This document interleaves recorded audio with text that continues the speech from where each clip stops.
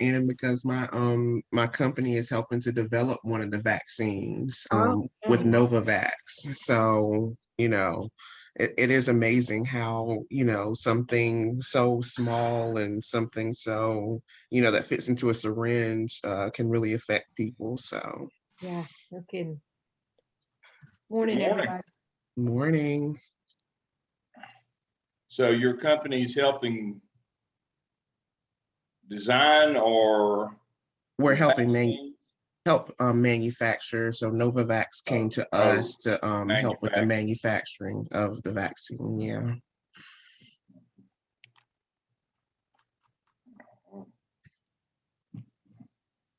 So, well, Good morning, everyone. Good Good morning. morning. Morning, James. I got my second shot yesterday.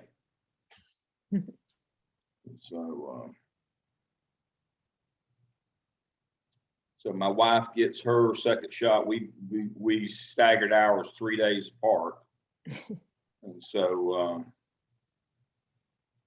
that we wouldn't both be sick at the same time.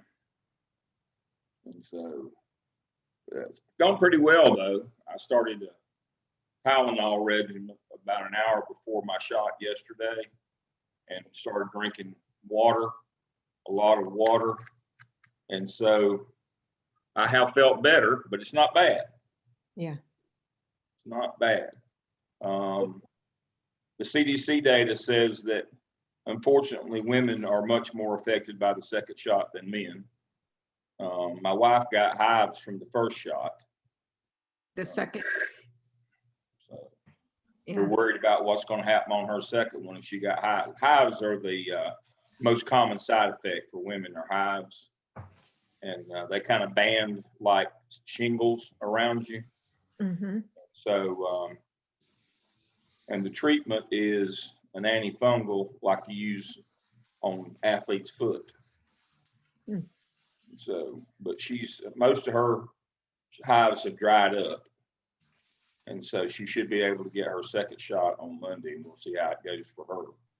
But I don't know. It's, I didn't have as much injection site pain from the second shot as I did for the first, but I do have other related symptoms, but it's not bad. So I'm glad to get it. And since we've got an outbreak on campus, last Friday we had 50 active cases on campus and 123 people in quarantine. Good grief. Besides those 50, so that was 173. That's roughly 10% of the campus population was either had it or in quarantine last Friday. This Friday, the numbers are a little better, about 125, about 40 cases and about 80 people in quarantine. The problem is spring break week was not this past, but the week before. Even though we canceled spring break, kids went anyway. A lot of classes were canceled. So next week, we'll see how it goes. If it goes back up, I'm afraid graduation will be in danger. And that's what they said yesterday. So unfortunately for us at Gardner Webb, not this past, but the week before was the worst week we've had.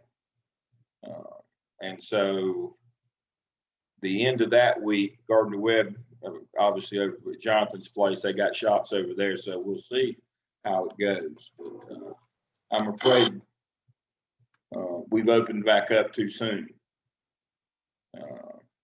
Just because there was a vaccine doesn't mean that that you should have just stopped, but we did. But that's what our data told us would happen, and it did. So relevant to what we're doing in this course. Good morning, everybody. I've got a little after 9. We'll go ahead and get started. Glad to have you all here today. We're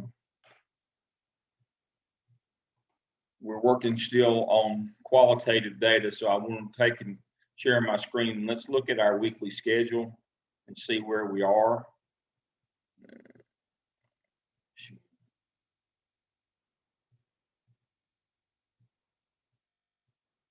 There it goes.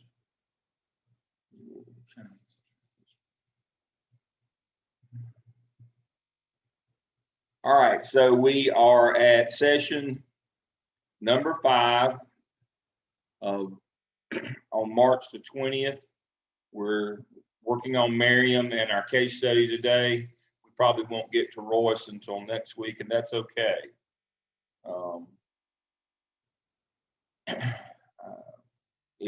If we have time today, but I've got so many different things I want us to cover today, so we'll get there. And so you're doing your case study, giving feedback today, which kind of concludes the activities for qualitative. I want to talk about, so the next time we won't meet again until Saturday, April 10th, due to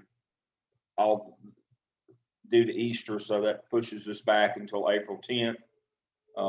And we'll do Royce, and we'll talk about our outside readings on that day, which influence the entire course. But I also want to offer this option. Our last Saturday on April 24th, you'll do your projects. I will offer that if anybody would like to go early, we'll accommodate you on Saturday, April 10th. If there is some reason that you want to or need to go early, I will offer you that option for April 10th. Again, this is not a requirement. It's not, but usually I have somebody who says, for whatever reason, can I go early? I'm got something going on, or I need to get this all. You know, if you want to go early, just let me know, and I will accommodate you in the schedule. Otherwise, our last Saturday, if you do the math, got about 15 to 20 minutes each to do your projects. That last Saturday is only projects, but if you need to go early, just let me know. And then I will be online on Tuesday, May the 4th, from 7 to 8. If you need to meet with me to talk about anything, consultancy, suggestions for the course, whatever's on your mind, I will be available. It's an optional session. You don't have to attend, but if you'd like to join me for that hour, if you've got something, if you just want to come and say, Dale, I hated the course. Here's how it could be better, or whatever you need to do, I will be available on Tuesday, May the 4th from 7 to 8. It's a wrap up. It's not a class. It's just a wrap up session. So that's what we've got going on. We've got today, and then we've got one more day of instruction, and then we've got your presentations. Anybody have any questions on presentations? All right. Dr. Lamb, are you going to, sorry, Stacia, go ahead. I'm sorry, Jonathan, go ahead. Oh, I was going to say, would you mind just kind of going over kind of what very briefly, content and expectations for the presentation? Okay, it's just a PowerPoint where you tell us what you're going to do qualitatively and quantitatively. You're just going to outline your methodology. That's your final project. You should walk away with this course with what my methodology is going to be.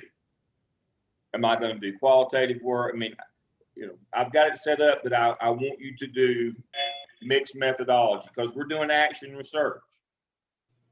Let's be remembered that we're doing action research. What we're doing is, let me see if I've got this. I've got it highlighted. I always get this question. Let me see.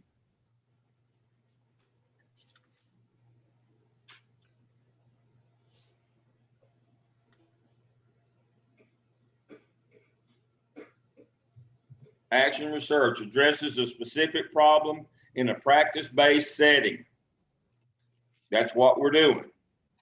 And when you do qualitative, when you do action research, you need both qualitative and quantitative because you've got a specific problem. We're not doing theoretical work. Your consultancy is actual work. It's real, it's not theoretical. And so you've got to have a quantitative and a qualitative piece. Now, as you've learned, and thank you for this question, there are rules that go with both. You know, our overarching is validity and reliability. And then we've got a theoretical framework, you know, what we're doing and how we're, so what I want to know is what you're doing and how you're doing it. Are you doing a convergent design where you're collecting them both and comparing them? You know, what is your method and how are you going to do it? You know, the what, when, why, and how. You can't just say, I'm going to do surveys. What kind of survey? What survey are you going to use? Is it a validated measure? You're going to, you know, Stacia, you're using Denison. That's a validated measure. We can move on from that. We know. But how are you using your survey? Who are you going to give it to? You're going to use Qualtrics? You know, your qualitative work. Are you going to do interviews? You're going to do observations. You're going to do focus groups. Are you going to review documents? How are you going to do that? It doesn't have to be, you know, six slides is plenty. 10 slides. You know, this is the how I'm going to get this done. You don't have to focus much on, you know, and this is how I'm going to analyze it. And then you stop. How I'm going to. This sets you up. Again, this launches you into the second half of your program where you're now going to go out and start doing some of this work. You don't have to have, you know, as I said before, you're supposed to learn something in the first 4 courses. I put some shape to it, or we put some shape to it, and then you go forward from there. And so I need to know, what are you going to do qualitative? What are you going to do quantitative? To make sure that it's best practice, that there are rules that as we go into this, you know, sampling, population sample, how do you derive your sample? I was watching Bill Maher last night, and I wanted to see it because David Shore was on there last night. David Shore is a whiz kid. He still doesn't look like he's old enough to drive, but he is he's a supposed polling expert. And again, he was asked, why in the last 2 presidential elections were the polls so far off? And he keeps trying to explain, and people don't understand or don't want to hear, that it's sampling error. There are rules and best practices in sampling for qualitative work, same as there is for quantitative work. He keeps trying to explain to people it's simply sampling error. And they think there's some deep underlying, you know, conspiracy here on, no, it's simple sampling error is why the polls on the 2 last presidential elections have been so far off.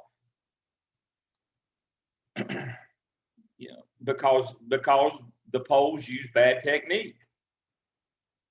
And so we want to look at your technique. We're trying to learn. We've spent the first half learning the rules, how we, you know, the course on quantitative. And now the second half, we've been learning the rules on qualitative or the best practices on qualitative. What have you gleaned from that going forward that you're going to use in your methodology? All right, explain to me the sampling error that the polls have been using for the presidential elections. What kind of sampling error might that be? Polls use phone interviews. Phone interviews. They're not. So they take a random database of people. It's completely random, and they start calling people to get them to do an interview with them. What could go wrong with that? Self-report. They're not calling people that actually represent the population, and people don't use phones. I mean, so not everyone uses phones. Okay. So let's assume that they do have a representative or a random sample. All right. Where was Reggie? Reggie's jumping. Right here. There you are. Okay. Self-report. All right. So Reggie says, so Stacia says it's not truly a random sample. Okay, that could be the first problem. All right. So let's assume that it is a random sample. All right, let's go to Reggie's thesis here. All right, Reggie, expand on your thesis. Well, I think it's self-report because you're asking people to tell you, and they'll say one thing and then go in the booth and do something else. And I All think right. what happened with Donald That is Trump. correct. That's half of it. What's the other half? The people answering the phone. I'm not going to answer the phone and answer a question. There you go. There's the other half. You don't want my opinion. There you go. So by using a phone interview, you have assumed past the problem. What does that mean, Dale? Well, what Brad just said, he's not going to answer the phone.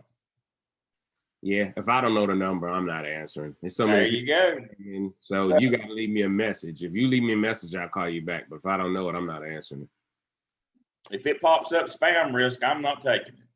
Well, you think about the busy people. I mean, busy people are going to try to deflect these needless phone calls. The car warranty people and everything, and they start rambling as soon as you answer the phone. You're going to hang up. I am.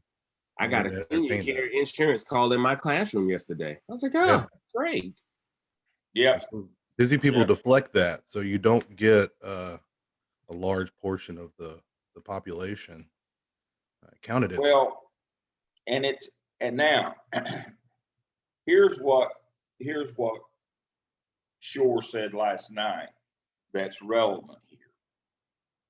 The people who take the calls are not a normal distribution. They are not a random sample. All right. Again, the people who take the calls, we might have started in our population might have been random. It might have been, we might have started, but the people who actually take the calls are not a random sample. To Brad's point, certain people will and won't take the calls.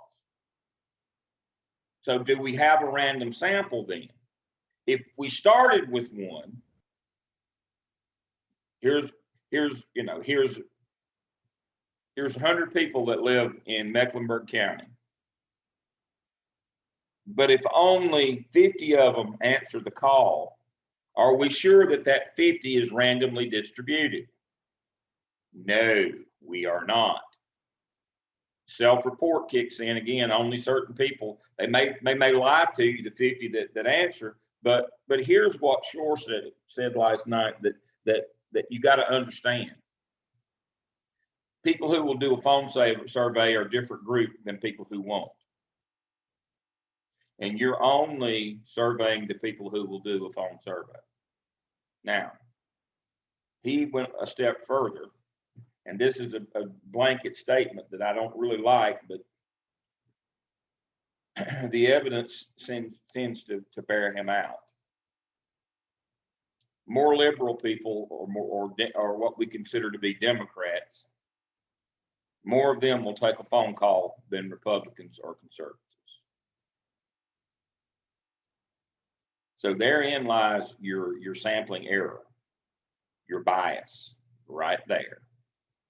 And so what he's explained is in this century, the 21st century, you have to understand that doing phone surveys are always going to bias toward a more liberal or democratic point of view. And what have the polls shown for every election in this century? Exactly what he's talking about. Now, he didn't make that observation based on his opinion. He made it based on data. He took what the phone poll, he just simply did a conversion. He took what the phone poll said and then what actually happened, which is he compared the qualitative to the quantitative. Normally we do it the other way around, but you've learned in design, you can do it either way. In mixed methodology, you can do the qualitative and then the quantitative to compare. Or you can do the quantitative first and then the qualitative. He simply did a convergent design. He took what the poll said and what the vote said and compared the two. And his findings are very simple. He's not talking about whether you should vote this way or that. That's not what we're talking about, methodology now. And what he's saying is the methodology is flawed. the methodology is set up to present, the data tells us it's set up to do, the methodology of the qualitative methodology of phone interviews is set up and is designed, there's a design flaw there that's always going to give us invalid results. It's the methodology. Two things, self-report and not truly a random sample. How would you fix this problem?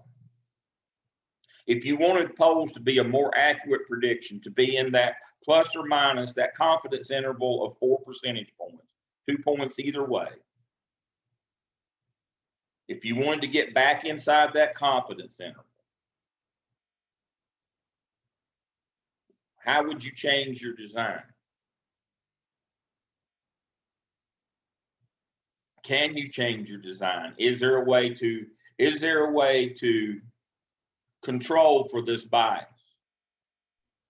Well, it's going to be hard if you use something geographic. You're only going to be looking at certain,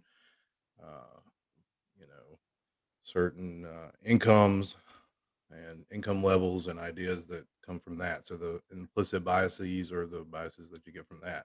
If you look at workplaces or employers, you're only getting obviously employed people, number one, and then whatever that culture is in that organization or that field, you're only going to get those biases. If you look at something like a college campus, I mean, you're only going to get, their ideas from that age group. It will restrict the ages that you're able to get. So I think that it's a hard way to do it. If you do phones, you're going to get that, of course. If you do emails, you're only going to get people that have email accounts that'll actually respond to them. I think it's a very, very hard. I mean, like Jonathan's saying, I think combining it is good, but you'd have to make sure that everything you spread out, the door-to-door people and everything else hits all socioeconomic statuses. Yeah, but in the end, can you force conservatives to submit to your interview? And if you force them, get back to Reggie's point, if you force them, can you rely on what they tell you and self-report? Can you force people to participate?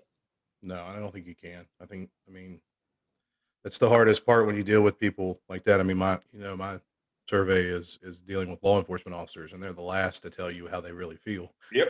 Especially in today's environment. So it's hard to get people to actually self-report on the sensitive matters. And for a lot of things, political ideas and leanings are still taboo to speak about in public for a lot of people. So I think that that's a problem there. Yep. All right. So where does cancel culture come into this? Well, I mean, that's the other thing that you're going to be if you report and it's crucified not for a your popular opinion, what might happen to you? Right. Or if you even, symbiotically agree, just you're on the same parallel as an idea that someone disagrees with, you may be chastised for it. And there you go. So social media and cancel culture are enforcing this notion that I'm not taking this survey. I'm not telling my opinion. And if I do, I'm not going to say something that's unpopular because I might get canceled. It might come back to my employer. I think society in general. My social set of friends. Yeah, I think society in general. I mean, I don't feel comfortable at my workplace expressing my political views or whatever. Not that they're different or crazy or anything from my peers. It's just, people don't want that drama around them. Yeah. So they just stay apolitical at work. I try to make sure I insult both sides regularly to make everybody mad. So it's at least it's equitable. That's one tactic. Yeah, I'm hated by everybody. I kind of like that. But when I say things like Republicans don't do irony and Democrats don't do satire, those are generalizations. But that's how polarized we've become. And so if you understand that, that there are characteristics of these two competing political parties that have become pretty common. And so I don't comment on the efficacy of their ideas one way or the other. It's just when I say Republicans don't do irony, they don't do double standard or hypocrisy. If it's, you know, when they're in, it's fine. But on the other hand, Democrats don't do satire. They go to when they take everything literally. What that means is Republicans take nothing literally, and Democrats take everything literally. And that's kind of the divide. Now, I won't speak of the efficacy of their ideas or their arguments, but you've got to understand that when you're working with people with a more conservative or Republican stance, they don't take anything. They don't take anything literally. You can't do examples, or you can't do simile and metaphor with them. And so, you know, on the other end, those folks take everything literally on the more liberal end of the scale. And so you have to be careful even in your examples. You can't really do thought discussion with them. They're quick to yell, you know, the cancel culture to kick in and yell at you for even positing that as a discussion point. And so there lies your problem as a pollster, or like me, a data gatherer, somebody who works in the field. You tend to make both sides mad. You know, so one side doesn't, you know, everything, you know, nothing is literal. The other side, everything is literal. You can't ever do examples. You can't ever do simile. You can't do metaphor. I mean, it's really hard to collect data from folks from either end of the spectrum. That's what's happened. This division is we have two camps now, and it's hard to get data from either one of them. One of them you can't get hardly any data from, the right side of the political perspective, conservative Republican. You can't get data from them, and on the other side, you get too much, where it's almost unusable.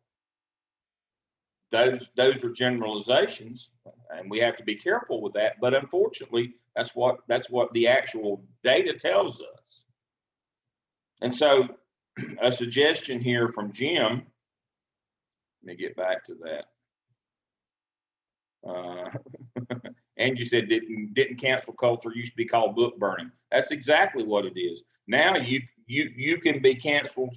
The guy from Mumford and Sons read a book, and he's getting, you know, that we can't. So, and he's getting canceled. He's had to leave the band. Can you devise polls that attempt to concentrate more on the issues than the individuals?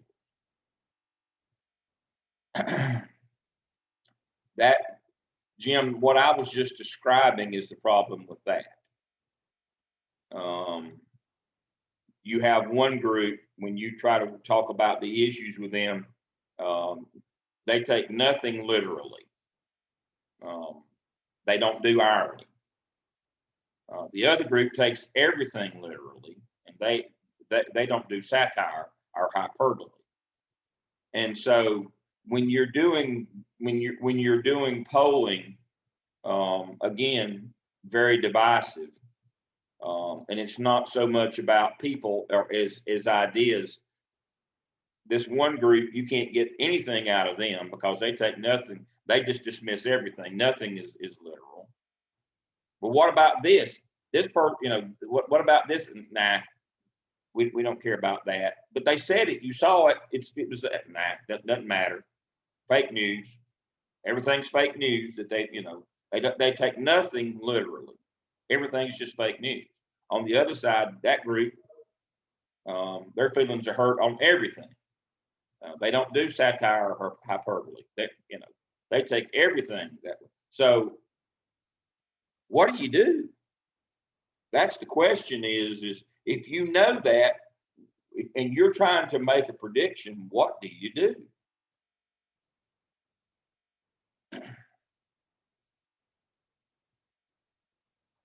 You're trying to collect data from these people in order to either give them feedback or make a plan. You're trying to collect qualitative data. Well, here's the answer to the question. Mixed methodology, Try to compare and do the best that you can do. That's all you can do. And understand this. I've got it queued up if I can find it. You got to be able to deal with ambiguity. There you go. That's the life of the qualitative researcher. You must be able to deal with ambiguity. If you can't do that, if you can't live with that, if you can't live with ambiguity, you need to stay out of that field. You need to use it sparingly. So if we go back, let me share my screen. And I've got it queued up if I can find it without it taking all morning.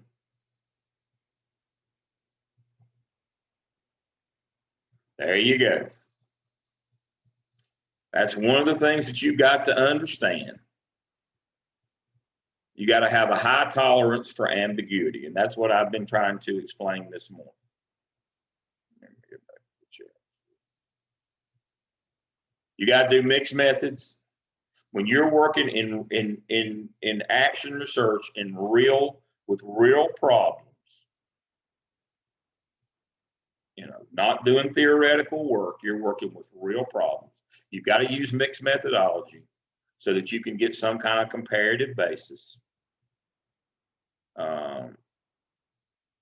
And you have to have a high tolerance for ambiguity. Jonathan, tell us your point there, which is relevant to what we're talking about. So I was just saying that, I guess, long story short, talking about ways that you can, doctor the data or, do bad research and do a report that basically forms, could form societal opinion based on bad methodology. So going back to, I think you had a list of like top 10 things to abuse data or whatever. We have to be careful in what we consume and what we, take for truth, because that does form opinion. Exactly. And so one of our, I've got notes on all the chapters in Merriam. And if we look at those notes, toward the end in my notes, it addresses exactly that. We have to, and it's even one of our discussion board questions for Merriam. We have to, the source is more important than what it says. That's what Jonathan's talking about. We have to be careful the sources that we get our data from. What news outlets we consume, what internet, all those are qualitative data. That's qualitative data. We have to be careful to, the veracity of what is reported. So you have two news outlets that are kind of on either end of the spectrum. You have Fox, which is on the right. That shows left on your screen, so I'll do that one. And then you have, what is it, MSNBC on the right? What is the problem with each of those? They're a narrative, they're a problem hunting a solution. They're a narrative already that only finds data sources that support their narrative. Yeah, they only give their own opinion. They're on this one-sided. CNN at one time before the pandemic, CNN at least did had a panel of Republicans and Democrats. Mm-hmm. So you got both views. You had a little debate all the time of both views. But yeah, if you just want one-sided opinions, you're due Fox or you're due MSNBC. Well, how do you, in the end, how do you verify the veracity of either of those sites? Well, in the end, it's really simple. Mixed methodology. You go back to the data, the quantitative data. How often does their opinion match the actual quantitative data? And that's when people say, well, how do I know what sites are good or bad? You can't, you can't use something like a search engine or Google, because that just shows you the most popular ones. That doesn't mean it's real or right or it's accurate. So you have to go back to the data. You have to go back to things that you can actually independently verify. And so those two organizations, one of them, the sky's falling when COVID started. You know, it's going to be, you know, there's going to be hundreds of thousands of people die. Jeff Hamilton and I had this discussion on the day before I had the first class in Charlotte for spring of 2020. On Friday, I was driving home and Jeff and I were having this discussion. NBC was reporting, or that type of news outlet was reporting, that hundreds of thousands will die. Fox News was reporting that we might have as many as 15 cases, but after that, it'll go away.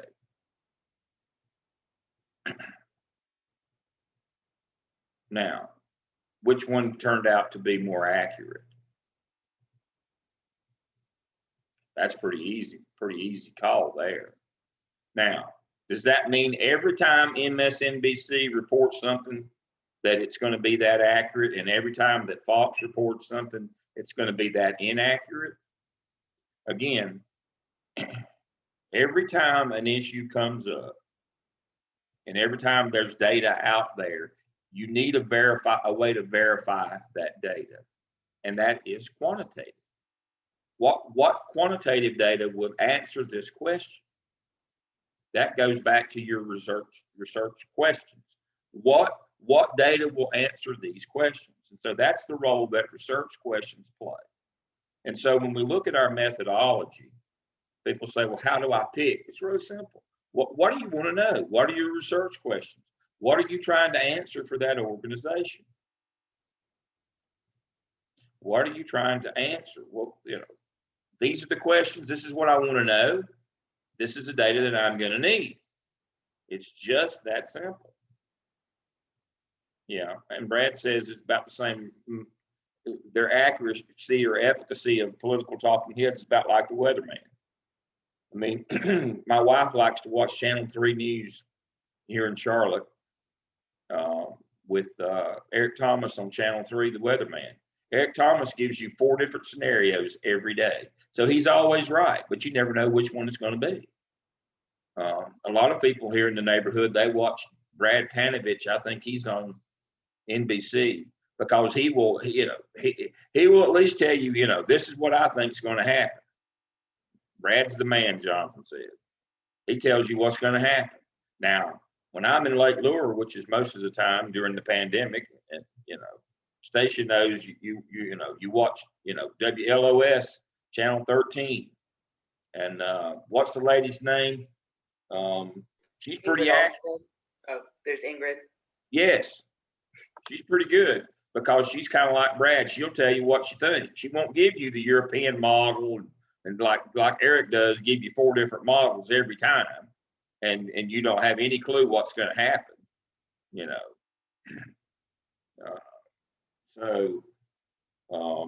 you know, what do you prefer? Do you prefer the ambiguity of Eric Thomas, who gives you all the possibilities? Jonathan says, when Brad is wrong, he explains why he was really right. But at least he'll take it aside. You know, you know, and he's right probably 60% of the time and wrong for, but at least you have a better notion. I would prefer somebody like him. Now, my wife, who's a curriculum instruction specialist, a random, you know, she's a abstract random personality. She prefers Eric because, you know, she likes the possibilities of what it's going to be. I mean, it doesn't bother her. The ambiguity doesn't bother her. I don't care for that. And so, you know, when I'm in the far west, I watch LOS TV rather than, I can pick up Greenville and Spartanburg as well, but their people, they're too wishy-washy. I prefer the one that says, this is what I think is going to happen. Or, you know, so again, as consumers of data, you've got to know your own biases and control for those as well. So that's kind of a long-winded answer to Stacey's question. What am I looking for? I'm looking for, what do you want to know? And then how are you going to go about getting it? And how are you going to try to control, you know, for inaccurate sampling, you know, a non-random sample, if that's important. You know, good technique, both qualitative and quantitative. That's what I'm looking for. That's exactly what I'm looking for. Now, it's almost like I plan these things. I am going to post on my screen. I should have, I thought about putting it in, in our Blackboard shell, but I decided against it because I don't want to formalize this. This is from an actual student. So let me go to this. So I got this email this week from a student who's in the second class in 732. 732. I got this email this week. Share my screen.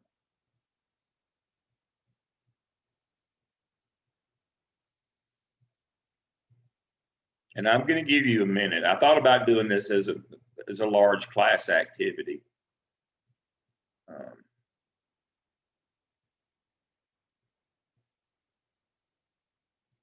Can everybody read that?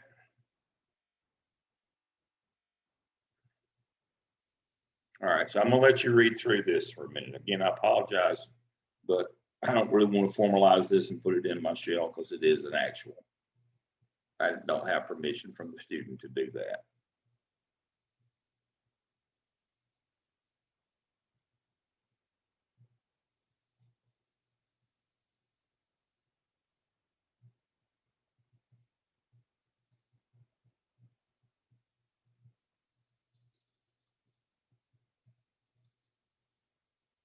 You can just read through here. You can stop right here.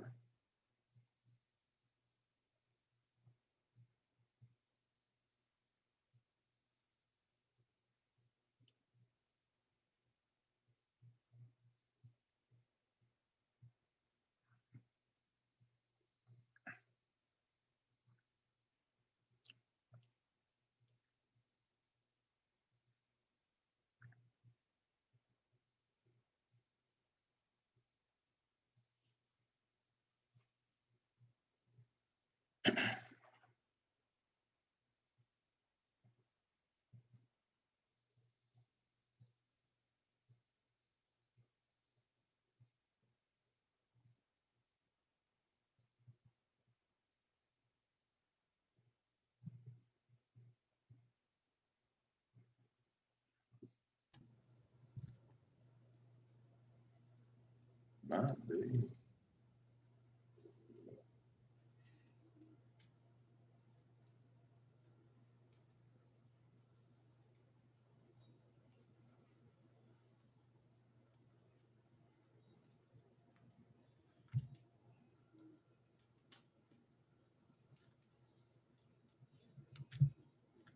All right.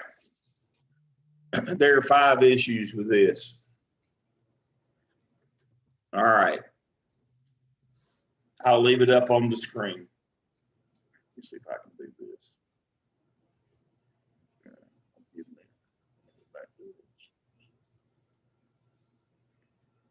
All right. All right, let's jump in here. Tell me what the 5 issues with this are. The first issue that jumped out to me was this person having collected their own data and dissuading the consultant from using their own methods to collect data. And I think that's not a good idea unless you know specifically how it was done, kind of was it a valid measure, this data that's already been collected. I think the consultant shouldn't necessarily just accept it and incorporate that into the project without at least trying to confirm it with their own research. All right, so our first issue is validity and reliability. We don't know how the data is collected. What is the heart of all data collection and research? Validity and reliability, right? That's our two, you know, when we start talking about data, we talk about qualitative and quantitative. You know, those are the two, that is data. It's qualitative and quantitative. And then the very first thing we covered in this course, validity and reliability. Are we sure that this data is valid and reliable? And the answer is absolutely not. So validity and reliability, that's the first one. All right, so yeah, that's where we always start. Validity and reliability. We can't speak to either, can we? Do you think there might have been bias in this data? Why do we think there might be bias? Because of what Stacia just said. Stacia, say it again. We don't know how it was collected. We don't know, who did the collecting. We don't know any of the methodology behind it. Yeah, but why do we think it might be biased data? We're making a second judgment now. We've determined we don't know the validity and reliability. Second issue now that Stacia alluded to is bias. What would make you think that this might be bias? She's using confirmation bias. Well, she's saying don't get your own. She's pushing it, yeah. There you go. Yeah, she's the one trying to confirm her idea. There you go. She's already got a solution to the problem, so she needs data to confirm it, and that's the quintessential confirmation bias. She's telling you that, I've already got the data here. Mm-hmm. We don't know if it's, she's not saying, well, you can do either one. It'll be fine if you want to do this. What is she saying? It's good. We don't need to get any more. So that would be for me from a questioning stance. Remember, research is always about a questioning stance. It's not just questioning in terms of I want to know about the research questions. It's also I have a questioning stance about the methodology as well. When somebody tells me, stand back, I got this, I got to wonder. All right, so so when we're working through our issues, the first is we have no notion of validity or reliability of this data. The second is this person is pushing me to only use their data and not collect my own. That would be bias, confirmation bias. That's what bias is, confirmation bias. As Brad pointed out, excellent. All right, number 3. In the fourth paragraph, I see that this person has a preferred solution already. Good job, Wayne. This is my favorite always. A solution hunting a problem. He hadn't even collected any data, hadn't seen any data, but I got the fix for you. Wow. It seems she's using her own, or she or he, I'm sorry, I don't know who it is, but using his own experiences in this field to solve a problem that she's already perceived exists based on those experiences, instead of actually collecting data and finding the actual problem, the root problem, and doing that investigatory work to then provide a solution. Okay. But Now, then even on further down in the paragraph, she says, once implemented, I will collect new data to establish effectiveness, quality, and driven improvements. that would be when we next session we'll talk about program evaluation.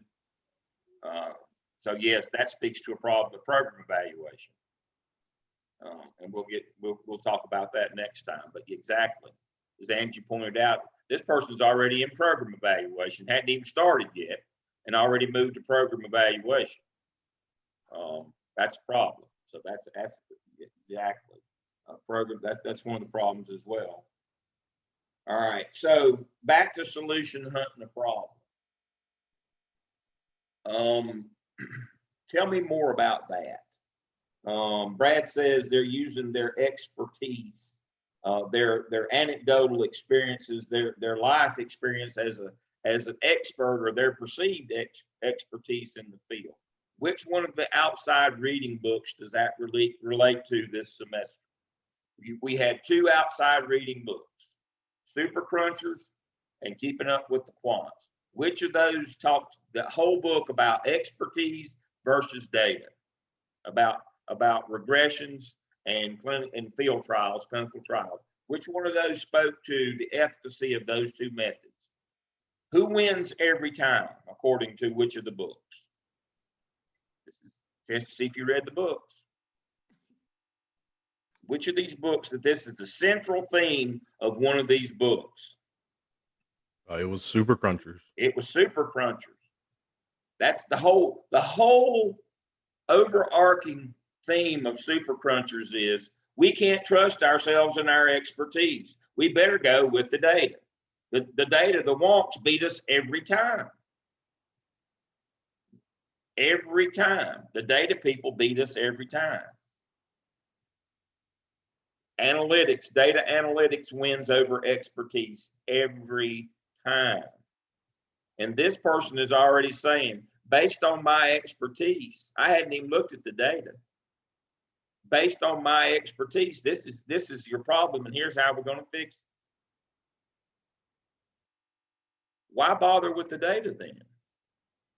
Well, it's just cover for what we actually wanted to do. That's the heart of a problem hunting the solution is we're a one-trick pony. This is what we know to do. This is what we're selling. You know, this is what we're selling. So it's obviously the solution to your problem. In our last case, round of case studies, a case of wine, you know, which was brought out in one of the reflections this week, and forgive me for, I took notes. The previous consultant had them do an organizational chart. I suspect, we don't know, but I suspect that the whole notion there is that's what they peddle. That's what that consultant does. Doesn't matter what your problem is. Problem is you need an organizational chart. And it was pointed out in the reflection, the idiocy of that. There was only 9 people in the organization. We could all rode to work in the same car.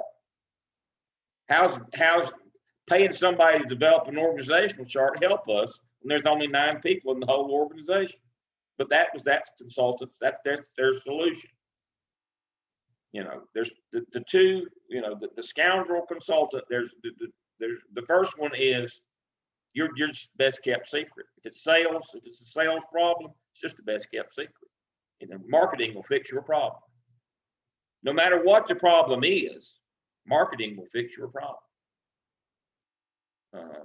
That's number one. Number two is you just need an org. You know, you need to get some structure to your org. We'll make you an organizational chart, and everybody will know what their roles and responsibilities are based on this one little piece of paper. Not that people don't know, we haven't trained them, we didn't hire the right people, we didn't put them in the right. No. As long if we just write an organizational chart, everybody will automatically know what to do and when to do it. It'll fix all your problems. You won't have to exert any leadership. You know, you won't have to do any training. You won't have to have a process of who you hire and how you induct them. Nah, we'll just put it in the chart and everything, you know, problem solved. That's the problem with a solution. You know, that therein lies your problem. This is all we know, so obviously this is going to be your fix. Well, then why bother? Why bother with data collection? Well, because, you know, most of the time that anecdotal, you know, the data beats you every time. This is an example of that expertise thinking. We can't, you know, we just do the data collection just as a cover for what we want to do already. Now I'm gonna pick on Stacia for a minute. And Stacia, please don't take this personal. And it's going to kind of and the backlash is going to get big. So I'll apologize before we start. Public information officers and public relations for schools, their job is to put a positive spin on their organization. And it's about clients. It's about keeping people from going to other forms of education, whether it be charters or privates or to neighboring public school districts. The whole notion is. And so the very nature of their job involves bias. You know, and then on the other side, Vic's a school principal. she has the same concerns. She doesn't need for all of her best performing students to leave her and go to other places, because unfortunately, a big part of her job and how she's evaluated is the performance of her school. And so the nature of her job again is she must accentuate the positive and control for or lessen the negative. Again, bias is in her job. And so what we understand and kind of the wrap up on this is we're coming into 10 o'clock this morning. What we've got to understand is that there's inherent bias there. There's inherent pressures in our jobs, political and otherwise, and in occupations. We can't change that, but we have to be able to recognize it and control for it. And so what that means is Stacia can't get on the air or get on the public airways or in social media or do an interview on TV or on her podcast. She can't get on there and just absolutely lie if she knows it's a lie. We expect her to put a positive spin on things, but we can't get into that where we're intentionally promoting false information. And Vic's the same way.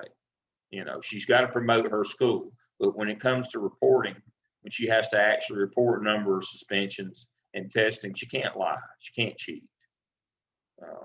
We expect a certain amount of spin or bias, but when it crosses the ethical line, and that's what when we get to the backside of Miriam on qualitative, we get to the end, the last chapter, it speaks to ethics again. That we cannot, because it's a lot easier on the qualitative side, we can't put our thumb on the scale.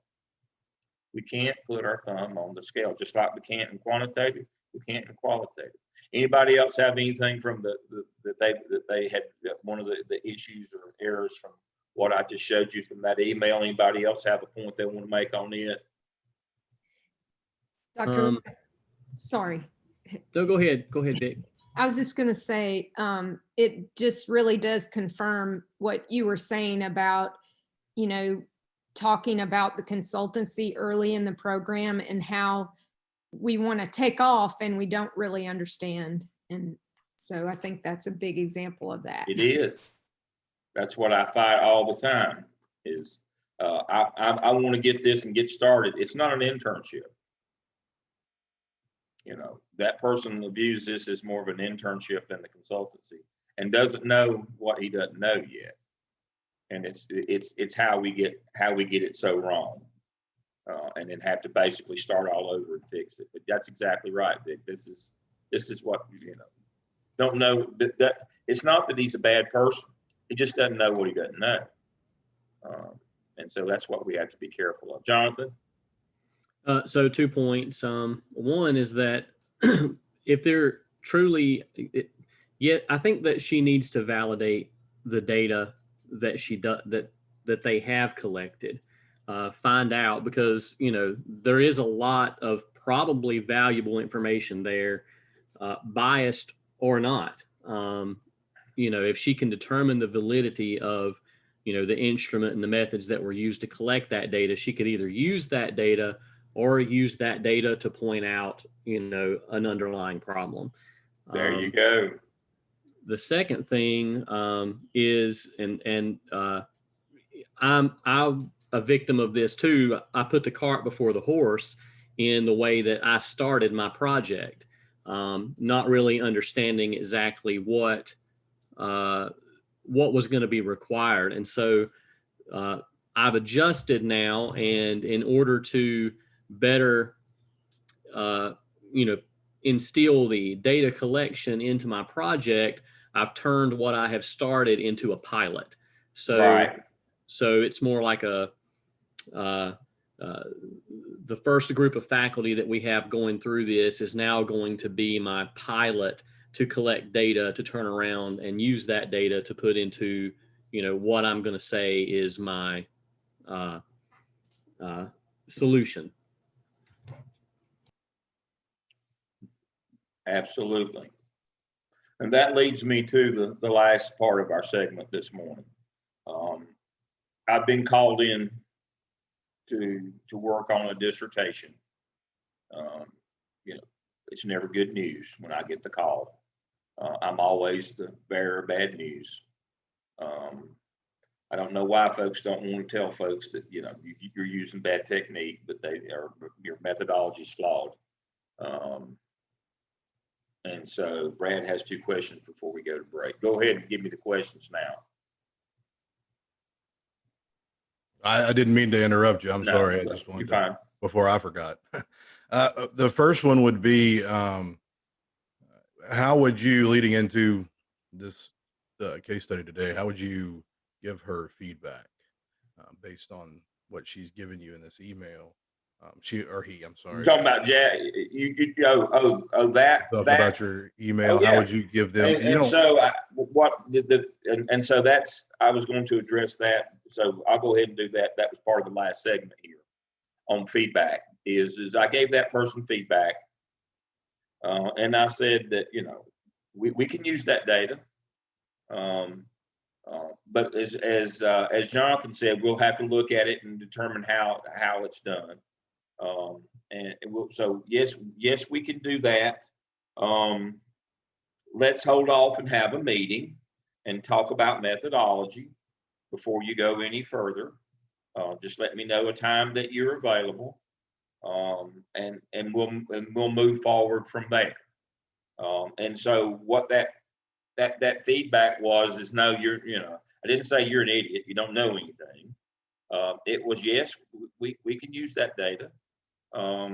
But we'll talk about it in a larger context. And so what I'll have to do with that person is, when I meet with them this coming week, what I will say is, here, this is fine. Let's look at the data, where it came from, what it looks like, and let's make a plan going forward. And I will work them through the steps of that. But I also said, before we meet, I need for you to go ahead and do the IRB, so that you will know how to collect, handle, and treat data. And so that's my setup is yeah, we can, but you need to learn this piece. And before we meet, you need to go through this. And so I sent all that. And so what he's supposed to be doing is going through IRB, so that when we get to my feedback session with him, he will have some context. See, I can't get mad at him for not knowing what he doesn't know. My job is to get him to know what he doesn't know. So that's first step. When you're giving feedback, if there's a gap, you've got to fill that gap first. And there's a gap in this person's knowledge about research. And so my feedback is yes, I didn't say this is the dumbest thing I've ever had anybody tell me, or this email should have been in crayon. No, we can, but understanding the context. So let's do IRB first, and then we'll go from there. And so, for me, the feedback on this is, I can't get mad for somebody that doesn't know this stuff. That's what they pay us for, to teach them. If you knew it all, you wouldn't be here with me to begin with. So I'm not mad at you, and I'm not blaming you. And so that's part of it too. And that's one of the things you have to remember is if you're in a leadership role, you're supposed to be a servant leader. You're supposed to know these things. They come to you for you to help them, teach them, to work with them. That's the whole notion of what we do here. I can't get mad. If you knew it all, you wouldn't be here with me. Why would you pay us to get you this? That's what you heard me say. First 4 courses, we were supposed to teach you something. You're supposed to learn something. Then I put some shape and format to it. Now, again, this person's only halfway through the 2nd course. He hadn't learned anything yet, or hadn't learned enough yet.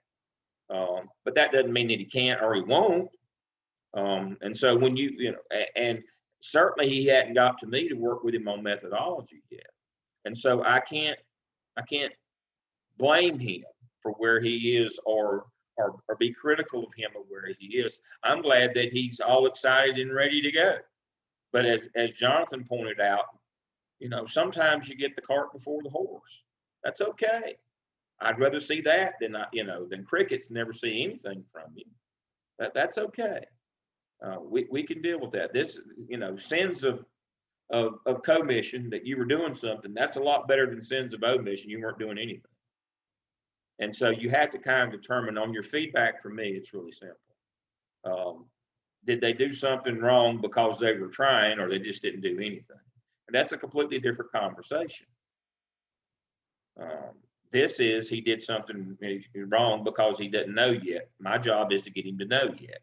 So we're working on IRB right now. So hopefully this weekend, he's working through the modules of the IRB, and we're going to meet early next week. That was my solution with him.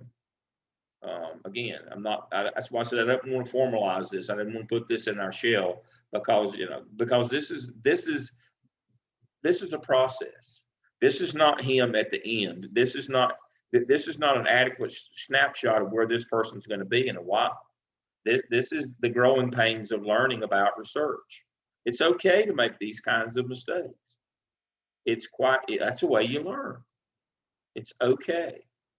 Now, on the flip side of that is when people aren't doing what they need to be doing, that's a completely different conversation. And one of those is, that's sometimes more a time management conversation. I used to have to go out and have critical conversations, what Ron Thompson would call come to Jesus meetings, with principals who didn't get their paperwork, their data in on time, things of that nature. And Vic knows what that means is a lot of times it's hooked to funding. And your Department of Education in South Carolina or Department of Public Instruction in North Carolina will simply tell you, we'll flip the switch. Now, what that means is we'll cut your funding off this month if you don't get that data in. And so I'd have to go out and have that critical conversations with principals about, why didn't you get your data in this month? Whether there's a lot of different kinds of data, and that conversation, the heart of that conversation is this: what were you doing that we weren't paying you for that prevented you from doing what we were paying you for? It's a time management issue. You didn't turn this in. It's an error of omission. You were doing something else. You showed up to work every day. You were here. I looked at I've looked. You didn't take any vacation time. You were at work every day. No sick leave, no vacation leave. So you were here every day. So we're going to have to look at how you're spending. Yeah, how you're spending your time. What are you doing? Well, the first thing that you have to do, and I'm glad you asked this question, when you're doing this and you're giving feedback, first thing you have to determine is what is that person's hide, HIDE, not their skin. But where do you hide when you want to avoid things you want to do, but that it looks like you're working? We all have our own biases. We all have our own quirks and issues, and we all have our own hide. Now, I can tell you right now, there's two basic types of people in the school business, public school business, in terms of administrators. There's the operational people, that would be me on my side, and then the curriculum people, the smart people on the other side. We each have traditional hides. For operational people, we hide in the gym. We hide at the ball field. We hide with vendors, the fellow that came to fix the scoreboard, the guy, the Pepsi man.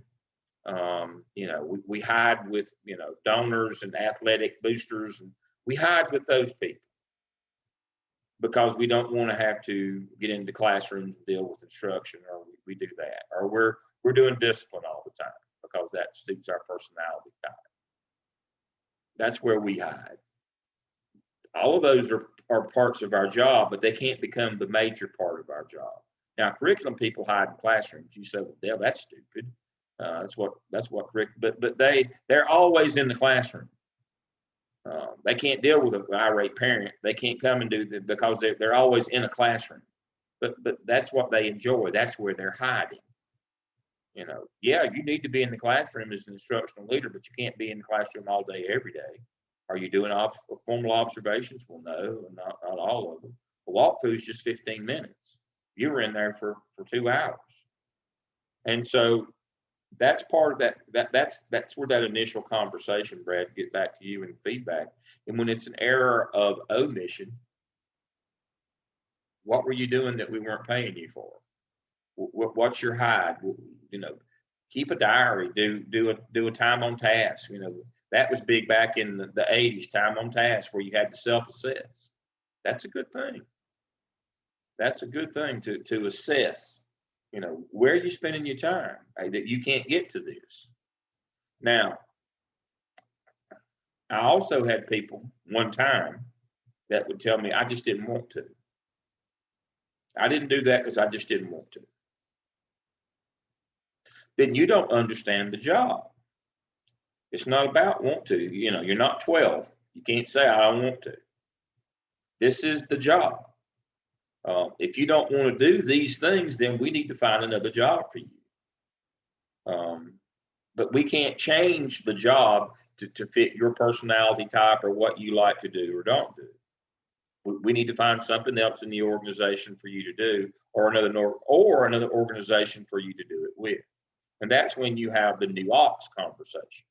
Everybody understands the biblical references is, you know, you're supposed to go to church on Sunday. But if your ox is in the ditch, if you have an emergency, you can miss church for an emergency if your ox is in the ditch.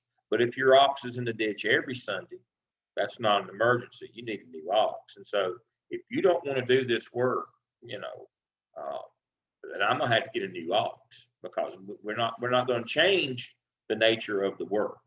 This is a requirement. This is how we get our money. If you don't do this, we don't get our money. So either if it's a case that I just didn't want to, then either we got to find you another place in the organization, or you've got to find another organization to work in. I've got to get, either way, I've got to have a new ox at this school if this is how it's going to be. So that's a different conversation. So the giving feedback generally falls into 2 categories. This is a generalization.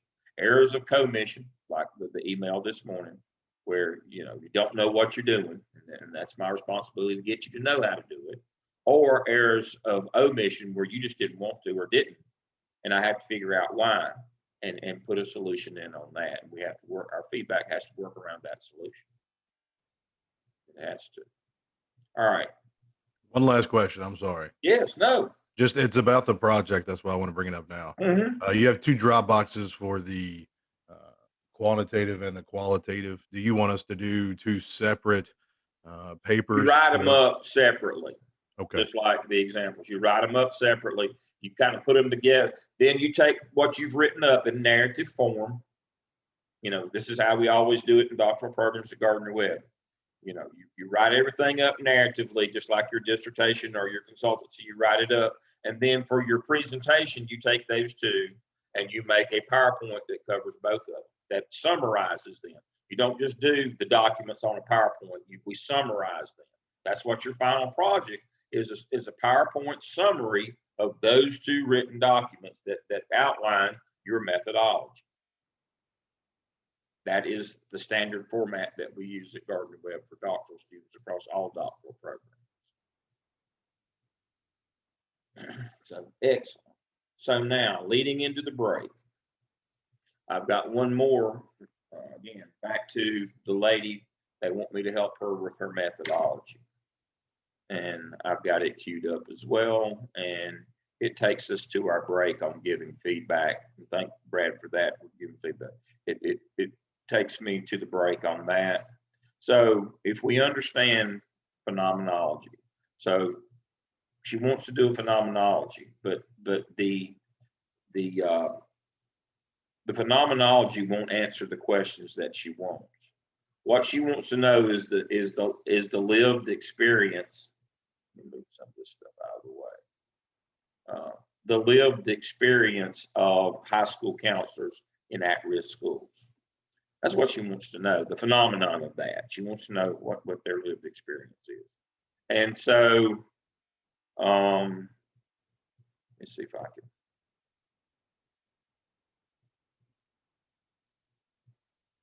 And so I told her that, but then we determined that she can't answer her research questions simply through phenomenology. So we're going to do mixed, and so that was the first thing is here's my methodology. Is it good, bad? But it's fine. But can you answer your research questions with just by doing a phenomenology? And the answer was no. So we're going to do a survey. Really simple. Everything is good. It's got subscales. It's got 57 questions. I've reviewed it. I've the study. It's all good. And then we're using Presswell for the interviews, for the phenomenology part. It's all good. I mean, everything is good except one thing. Let's see if I've got it highlighted here, and I really don't. And so I had to have this conversation, this critical conversation.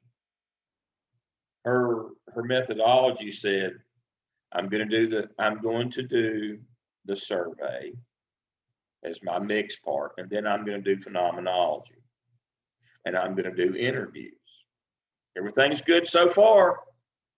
And then she said, here are my interview questions. What's the problem? This is your pop quiz going into the break this morning. What's the problem with that methodology? We're going to do this standard counselor interview, 57 questions. We're going to do that, and then we'll do the analytics on it.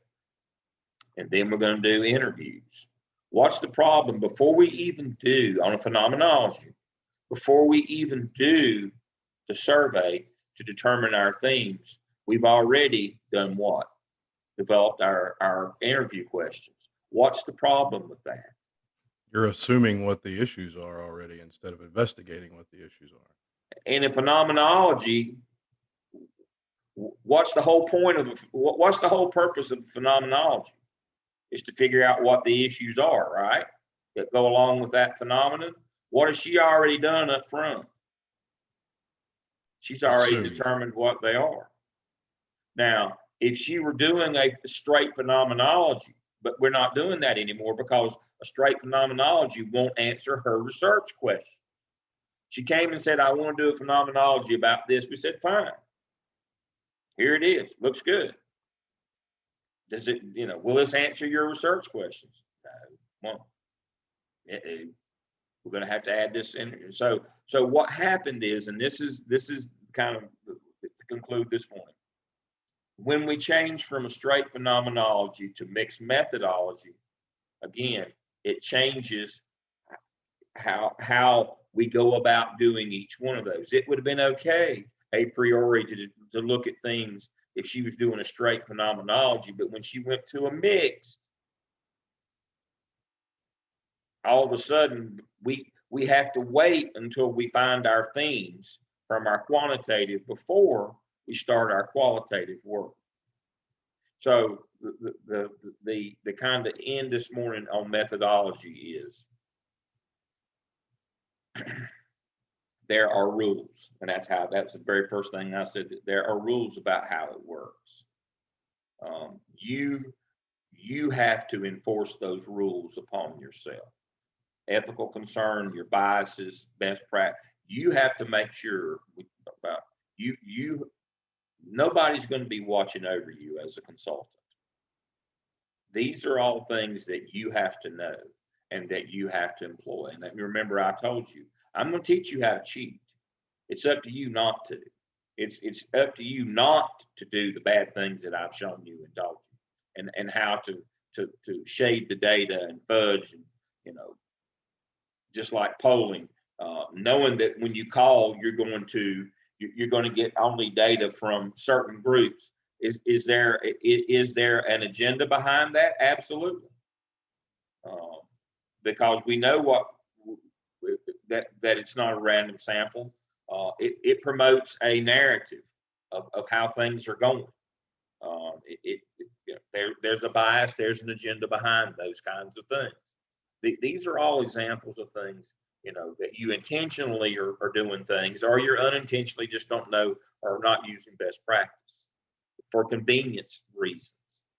Just like this dissertation work, it's just more convenient to do this. I already have everything ready to go. Well, but we can't always do what's easy. We always need to do the ethical, the ethical, legal, moral thing, and what is best practice. That's in the end, that's what your methodology is all about. And in the end, in this course, you have me overseeing your methodology, but in real life, when you're out there in your job as a whatever it is, whether it's consultant, there ain't anybody doing that. It's easy to do the solution hunting a problem, especially if it's in our financial interest to do those kinds of things, but we can't. And as our methodology evolves, then we may have to evolve and change things as we go. But it's based on what we find. But in the end, it all goes back to who you are as a person. There are rules. Do you choose to follow them or not? Are you an ethical, legal, moral person? That's the deal. And next week, when we talk about program evaluation, we're set up now to do that. We can talk about program evaluation next week because we've covered qualitative and quantitative. We've talked about the ethics. We've talked about methodology. We understand the rules of how it's supposed to work and the way it's supposed to be. That's where we are. And I've taught you how to cheat. It's up to you not to. That's you. As we go into break, and we'll meet back at 10:35, we'll start our case studies. We did have I think a request to go last. I think Reggie's had to, he's at an event today. He's had to go to phone. So a group that hadn't gone first will go first when we get back. And so y'all determine that during the break, and I'll see you at 10:35. Thank you.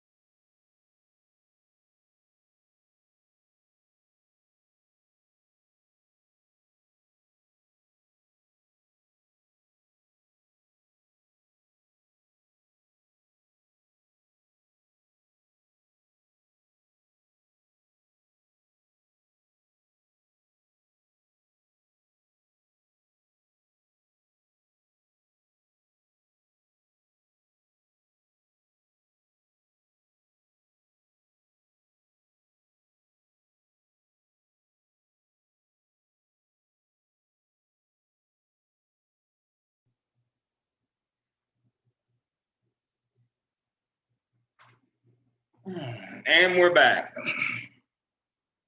All right, is everybody joining us? All right, so let me share my screen. And so, let me get here.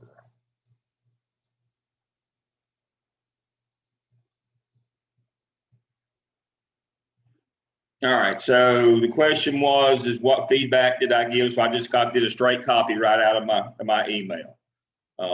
As I said to the student on this one, on the giving feedback, you can use the data that's already been collected, but you cannot proceed until I have approved your methodology for both qualitative and quantitative, and you've completed your IRB. This is usually done with me in 738. I've attached those guidelines, rubric, and examples. If you want to proceed now, I will work with you on how to establish your account in CITI to complete the 17 modules. I have attached the PowerPoint that explains IRB.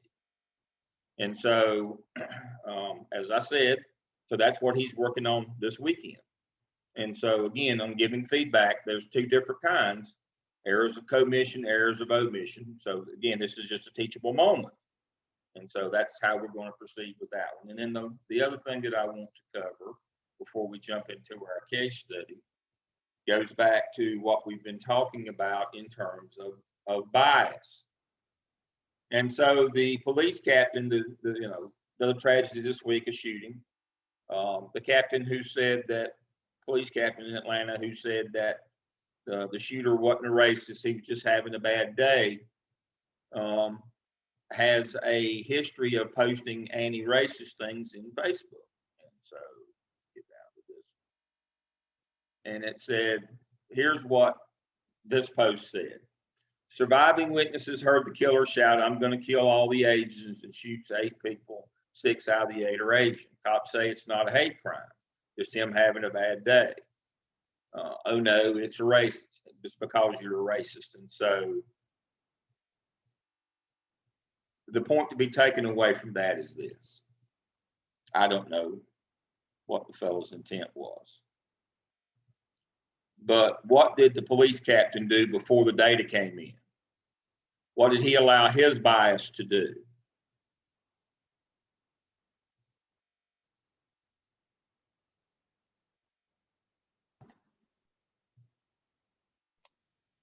What did he Affect his investigation and how he perceives the situation. He made a conclusion based on his own bias before the data was even collected. At best. At worst, he ignored the data and made his own conclusion anyway. And so, do you think that he's aware of his bias? I think he is now. I know he is now, but do you think he was prior to?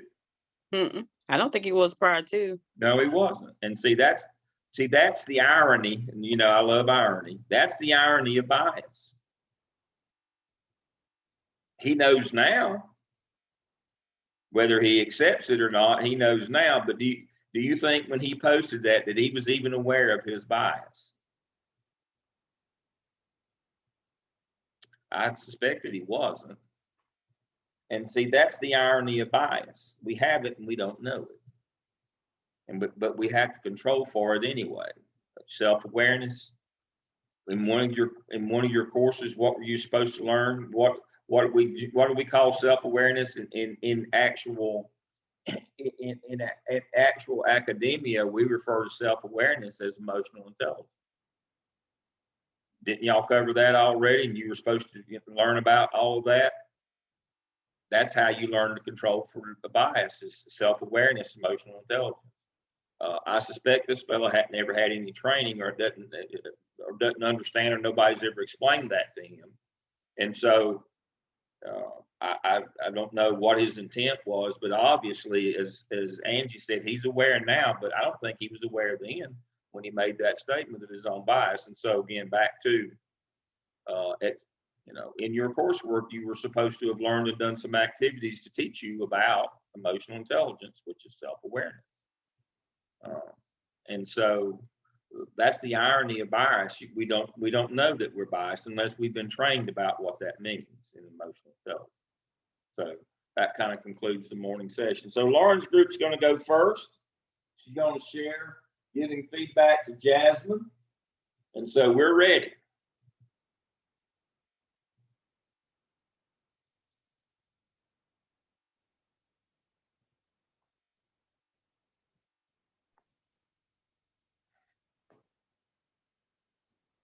Ready?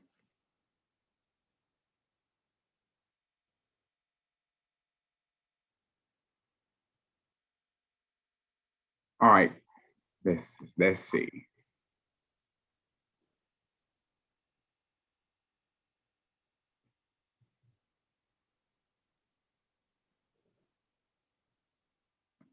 All right, can we see the presentation? I can see it. Okay. All right, Bapasha.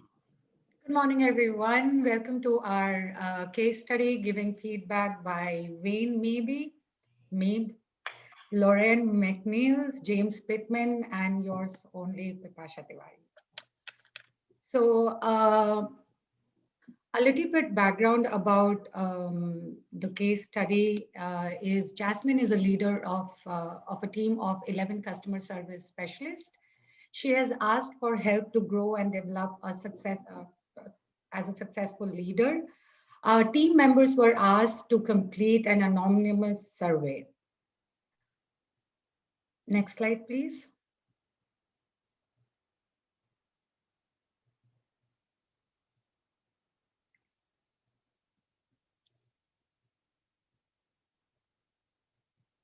So we started with pointing out some strengths and weaknesses of Jasmine. Strengths, Jasmine has several strengths in her leadership approach. Some employees state that she notifies them about changes or plans made from the corporate office. This attribute is essential as it keeps employees informed and updated about events or plans proposed by the head office. Communicating key issues to employees help them to identify problems that can hinder their performance. When employees are informed about current trends in the business, they can also be able to use the information to improve on their job performance. And employees' engagement is another crucial aspect that constitutes to Jasmine's strength. She involves her team members in making decisions. This acts as a motivation for them to be innovative and creative. For instance, Jasmine often asks employees to volunteer to participate on system redesigning. This gives employees a sense of ownership and also feel that they are part of the organization. Involvement of employees in decision making is another strength for Jasmine. Employees state that Jasmine asked for their input, which influences the decision made by the corporate office. This aspect makes employees to feel that they are part of the organization's success. Weaknesses, she has problem controlling her emotions. As a leader, she should be able to control her emotions. The scenario indicates that Jasmine tends to be defensive when employees give negative feedback regarding her leadership. Decision making, that is another weakness she has. She needs to improve the ability to make decisions. Despite the fact that she engages employees, there are situations where she needs to make the final decision and advise the team on the way forward. Her communication style, she needs to improve on her communication skills. Some employees feel offended when she makes fun of them in front of their peers. Being able to communicate effectively helps to improve the relations between leader and employees.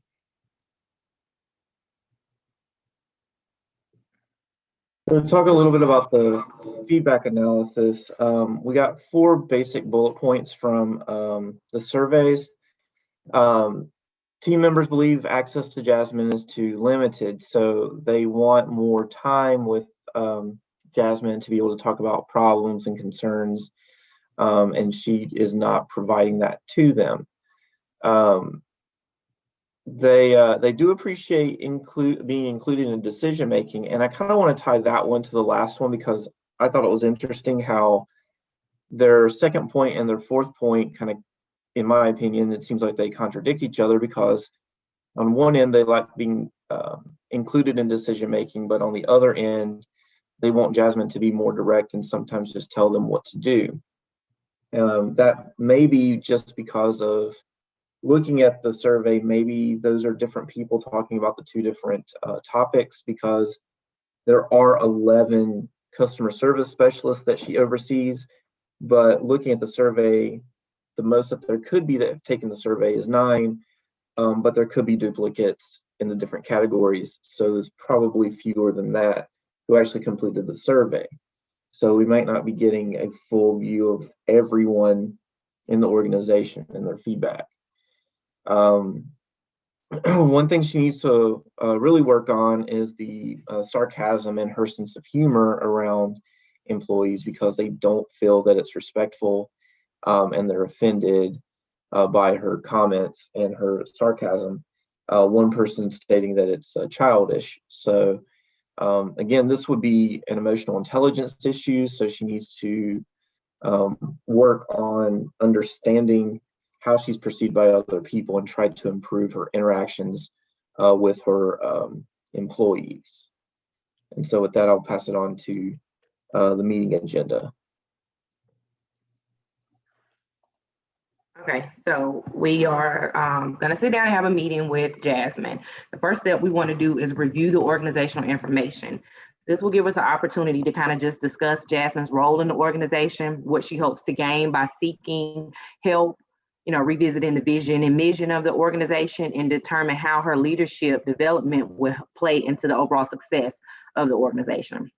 Next, we're going to review the feedback with Jasmine. We're going to do that by exploring some themes and then providing some examples.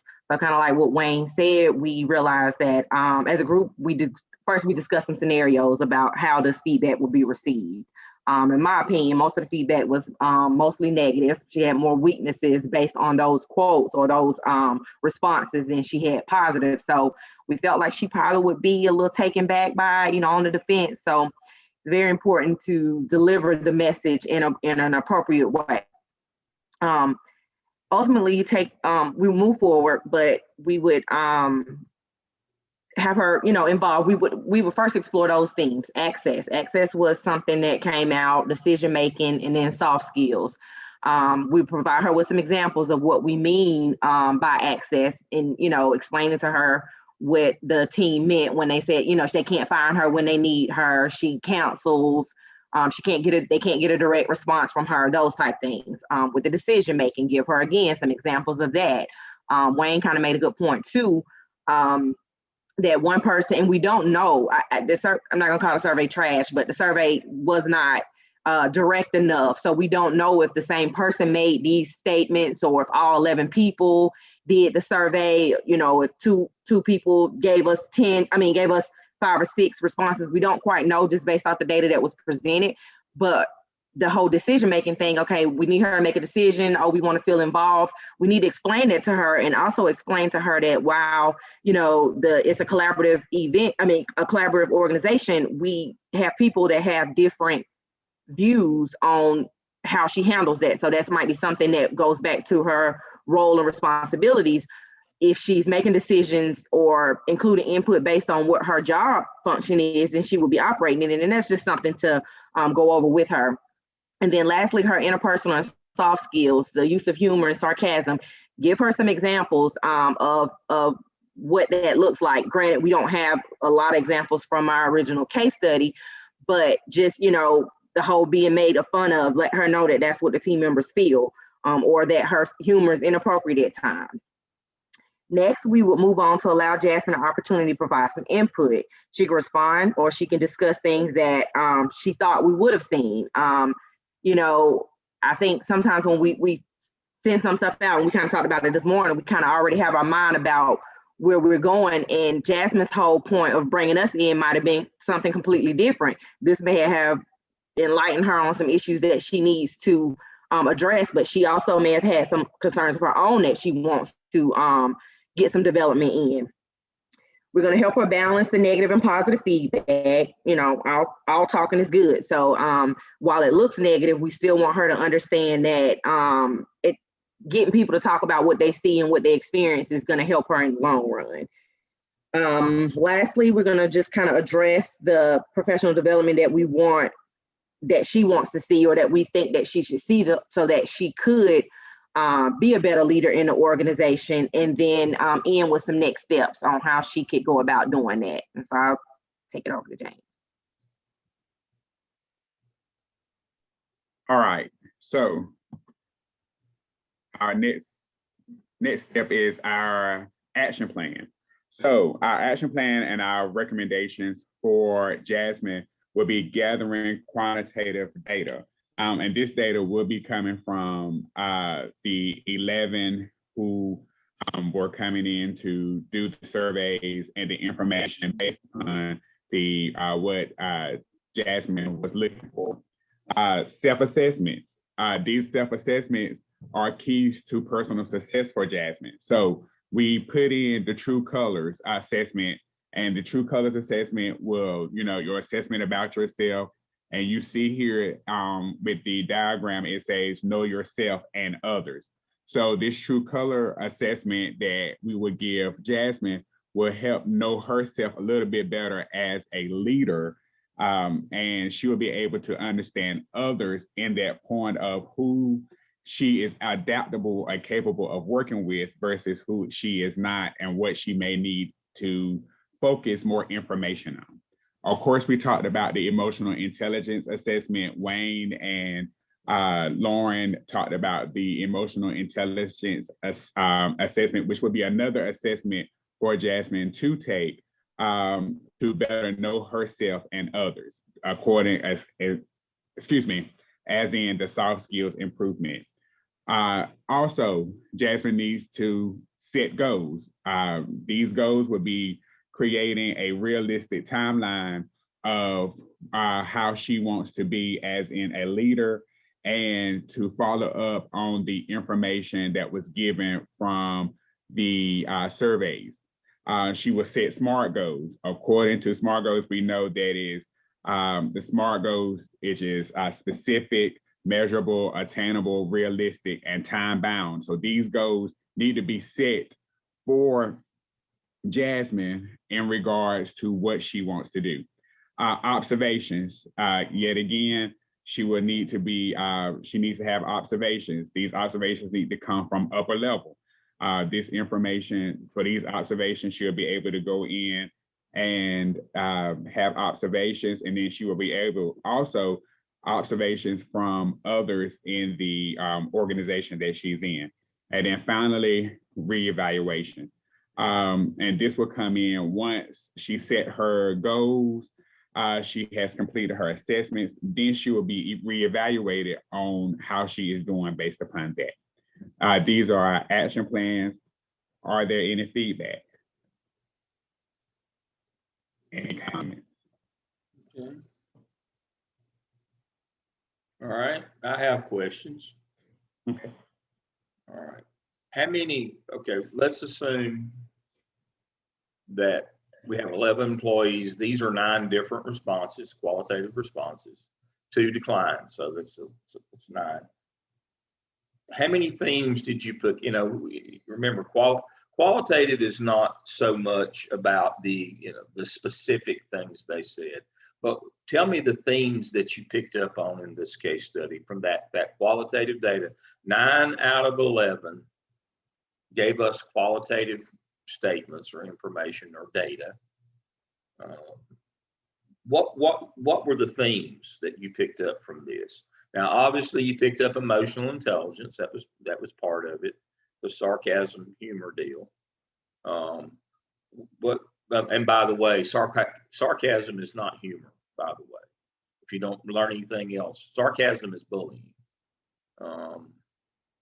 It is not humor. And so, tell me the themes. How many did you pick up, and what they were from this? And they were reflected in your PowerPoint. But reiterate to me. I'll go first. Emotional intelligence was one of your things. Access. Access. Okay. So Emotional intelligence, access, Decision making. decision making. There we go.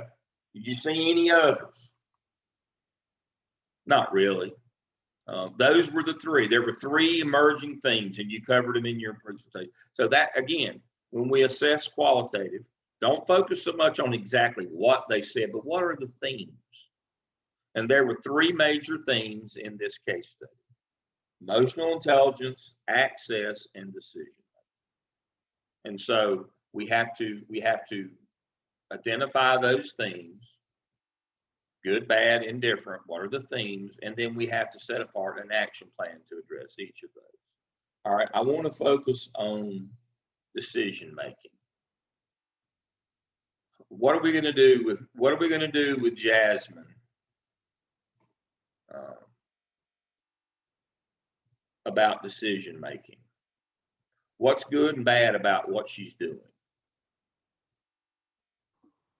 It seems like she's got, according to that theme, one good and one bad, right? So it seems like she wants to incorporate everyone in decision making, but she doesn't seem to want to make She doesn't know how. Excellent, excellent. She does want to involve folks, but she doesn't know how. Now I'm going to pick on Vic for a minute now. All right, Vic's the school principal in Clover. I never worked in Clover. I have friends who have, but I'm going to quiz Vic a little bit this morning. Vic, do you have monthly principals meetings? Yes. All right. When you go to those monthly principal meetings, do they give you materials and instruction on district initiatives? Yes. All right.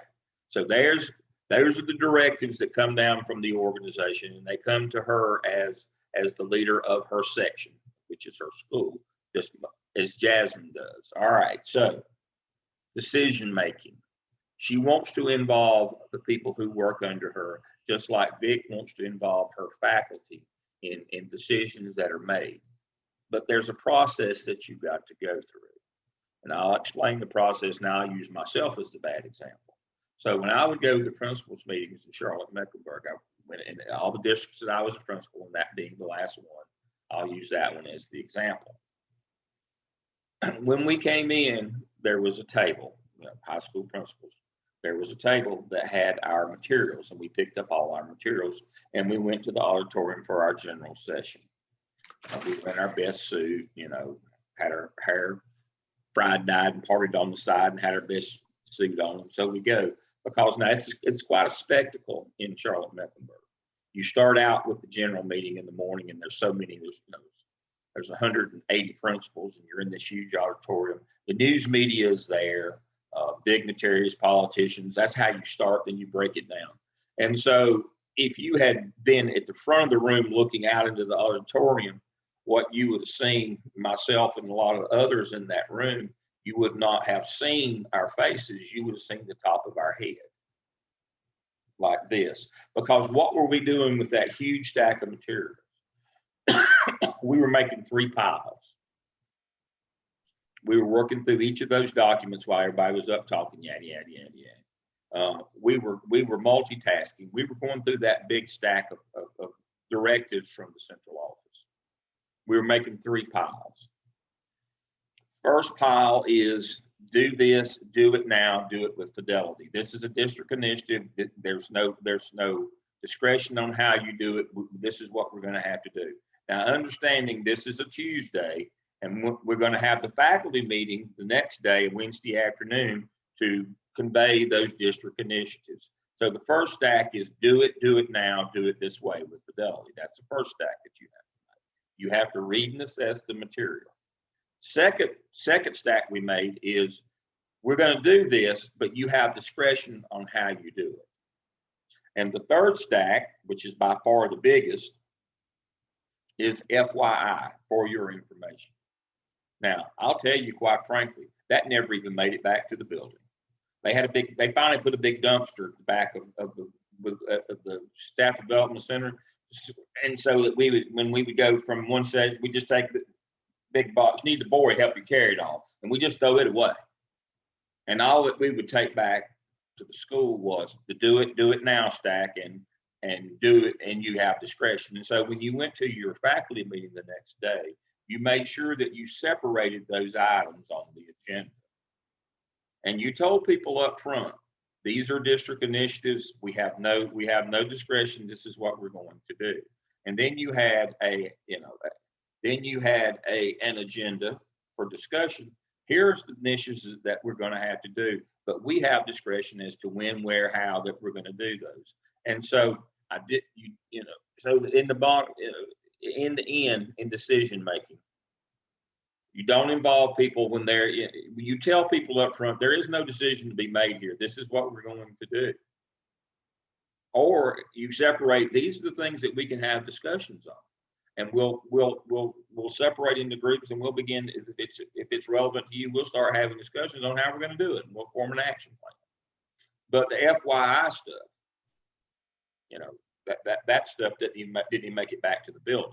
And so the notion here is Jasmine wanted her team to be involved in decision making, but the way it turned out was she was just a conduit to blast them. She wasn't engaging in a leadership function where she went in and made decision making viable and possible for her followers. She was just basically getting out of the way of the charging bull, and these people were being overloaded and being burdened with all this data information. Basically, it was not my problem, not my fault. This is all coming through. They didn't know whether it was good, bad, or indifferent. Did we have to do it? You can't. The leadership function has to kick in. If you want decision making from your followers, you have to give them the parameters of what the decisions that they can make are. So I'm going to go back to Vic now. What is your process with all the information that you get from the district that you have to go back and share with your faculty? We do also have meetings on Tuesday, and then our faculty meeting is on that same Tuesday. So I do separate as well. And the FYI will go into the weekly announcements as just, that's their information. And then the same, I use the same division of, this is district led. It's not for discussion, but I want you to know. And then there is the discussion. But if you define how you're going to discuss it and for how long, and that ultimately either it's a collaborative decision or it's my decision, that is conveyed to the staff. A priori. Yes. Up front. Yes. Absolutely. One of the worst things that you can do as a leader is to give people false decision-making capability. Yeah. For example, like the school calendar. Here are the calendars. You get to make the calendar, or here you get to vote on the calendar, but you didn't pick the right one, so we'll have to pick the right one for you. Now, if you're going to pick the one to start with, why are you involving me? Or if we're going to do this, why are you? Again, you must tell them this is a district initiative. I'm providing this for informational purposes. This is not a decision that, this is a do it now, do it this way. We got to do it for fidelity. And the reason we do that is so that we can do comparisons.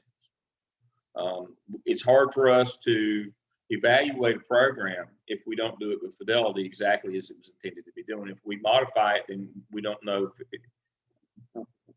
we don't have consistency in our data collection across different data collection sites. And so we're going to do it this way. But the one thing that's the most troubling is two things is that you just basically pass it all to them and make them have to try to make these decisions.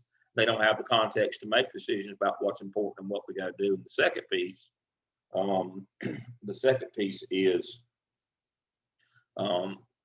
that we give them false decision-making capability, or that we let them think that they're making the decision. What is that notion is if you let people think they're making the decision, they'll have more buy-in. That's all well and good if they make the right decision, but what if they don't? What if they choose, well, we don't want to do that. You said we could decide if we want to do this or not. We don't want to do it. Well, we have to. Why didn't you tell us that up front?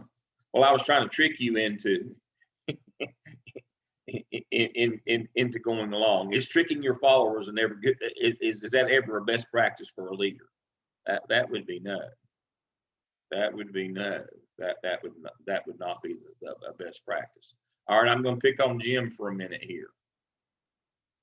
Jim comes from a background that's very structured, that's very quantitative, from the military. How would this differ in a military setting, Jim?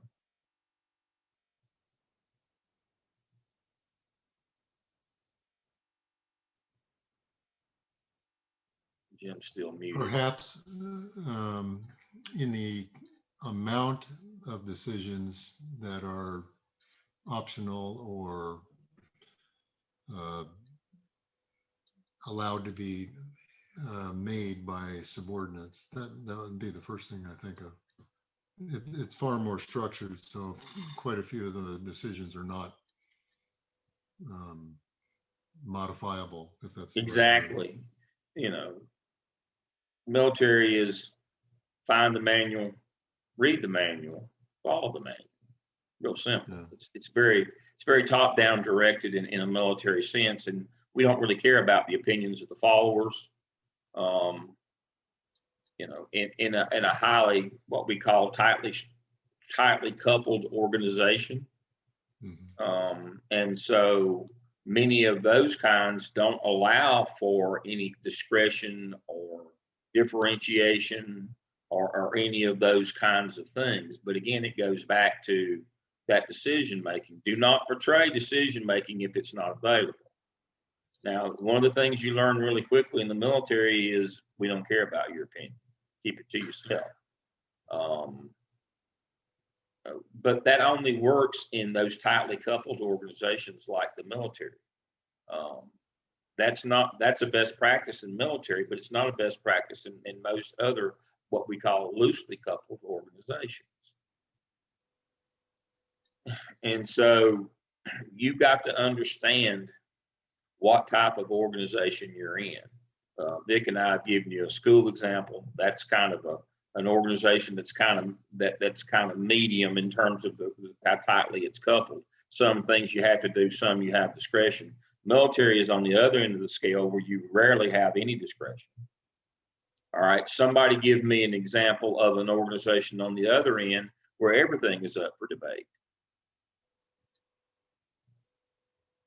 And I'm thinking about somebody specifically. Let's see if they'll chime in here.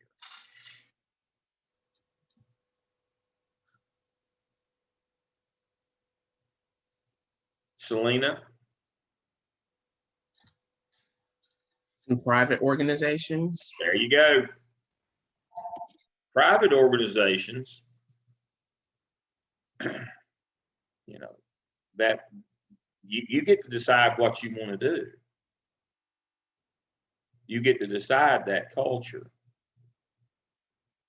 That is correct. And so we have that spectrum in terms of decision making. And so the decision making that we work with as consultants, the decision making training that we do with Jasmine has to reflect the values and the culture of the organization that we're in. So again, the three themes that emerge are emotional intelligence, decision making, and access.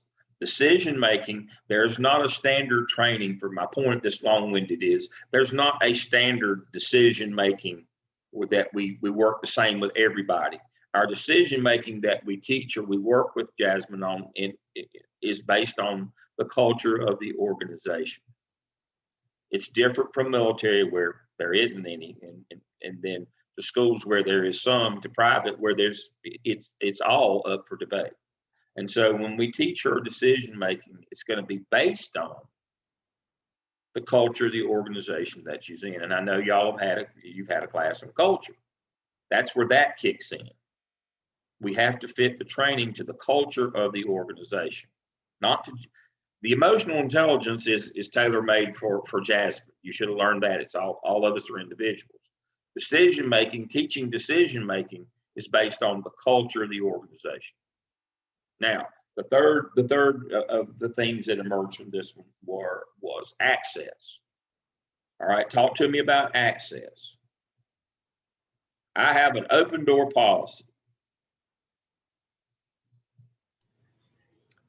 Visibility is an important part of access. You are inaccessible by default as a leader. There's a barrier there that people don't feel like they can approach you in your office. And some of that is built by institutions, like the way offices are structured, particularly in a higher educational setting where the principal is behind the front line, or the president is behind the receptionist, and you got to go through that person to get to that person, right? But what I have seen is that leaders, at least top level leaders who are successful at access, make themselves visible by going out and purposefully being visible. All right, so there are rules of thumb on access, visibility being the first. That's for any organization. Doesn't matter about the culture. The leader needs to be visible. All right, so now I have a little scenario here for you. And there's no right answer. But here's the scenario. When I was in the central office, I had a principal of a high school that gave up his office. Let me say that again. I had a high school principal, large high school. I'm not talking about a little one. I'm talking about one with 2,700 students. Principal of a 2,700 student high school gave up his office. And he said, I want to be visible out in the building, so I'm giving up my office. My office will be wherever I can be found.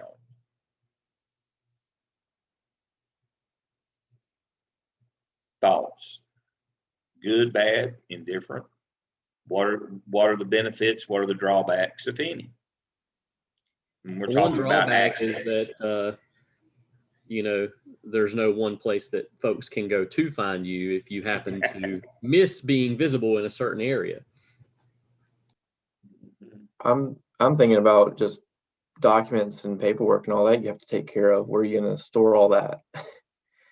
I know it's a little bit different than what we're talking about, but I'm thinking about that's education records. But again, that's that access when people need things done. I need this signed. I need this check signed. I need this paperwork filled out.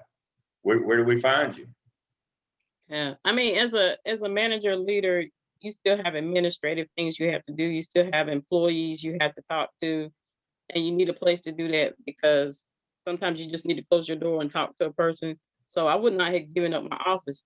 Now, in manufacturing, if the plant manager is always on the plant floor, those employees know that that person is accessible, and they know they'll be walking through that they can catch them to talk to them. But if they never see them on the plant floor, that's highlighted when they have somebody else to come through. So they call him, I think the last plant manager they had at Lenore, I think they called him Bigfoot because they never ever seen him. Yeah, they said he was a myth. Yeah. They call him a myth. Myth. Yeah, I like that. So yeah. As long as you're seen, they consider you to be accessible. All right. I think another drawback is that you run the risk of appearing as nothing more than a figurehead, that you don't actually do any work. You just come out here and bug the rest of us, Yeah, then you become, it becomes part of iconography, and it reverts back. And I know you've had leadership training, I think in 732, to the great man theory. As long as I'm here, it's all good. It's cool. Just me being here, an icon, shaman, whatever, just being here, that fixes all the problems. I don't actually have to do anything. Just my very presence makes everything okay. That's what Jonathan's talking about. That goes back to the great man theory of leadership. Just as long as I'm here, it's all good. I'm here to fix your problem. So the argument here is this. In this attempt for access, This person actually was granting no access at all. The real truth is he didn't want to be bothered with people. He didn't want to do the leadership functions, have the meetings, do the paperwork, have the talk with people and conflict. He wanted just to be, I'm here, it's all good. And so he had to find work elsewhere because he wasn't working. He was just appearing, you know. We weren't running a reality TV show here. There's actually work to be done and skills and abilities. And so that did not go well.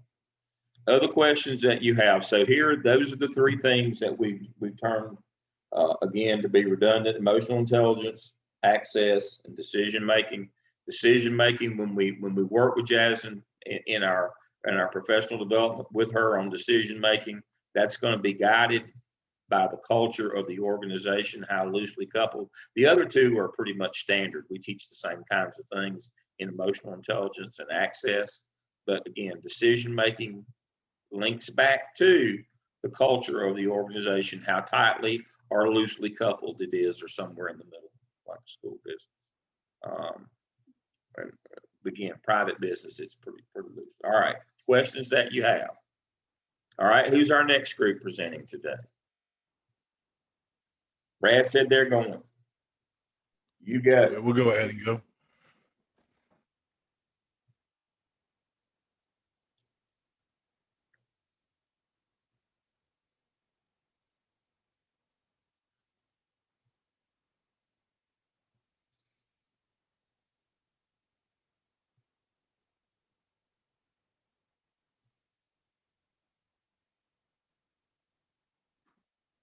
All right, so we all know what the case is. Everybody's got the same one this week, so we'll be doing a few different tasks in our presentation. And the first would be that we're going to design and conduct a feedback meeting with this customer service leader, Jasmine. Second, we're going to provide an agenda for that meeting so that it's a structured meeting that's going to be beneficial for both the consultant and Jasmine and the overall organization. And it's not just a argument session, so to speak, or something that's ineffective. Next, we'll do the actual meeting itself. Vic and I will role play to conduct the actual meeting, a small snippet of the meeting, not the whole thing, of course.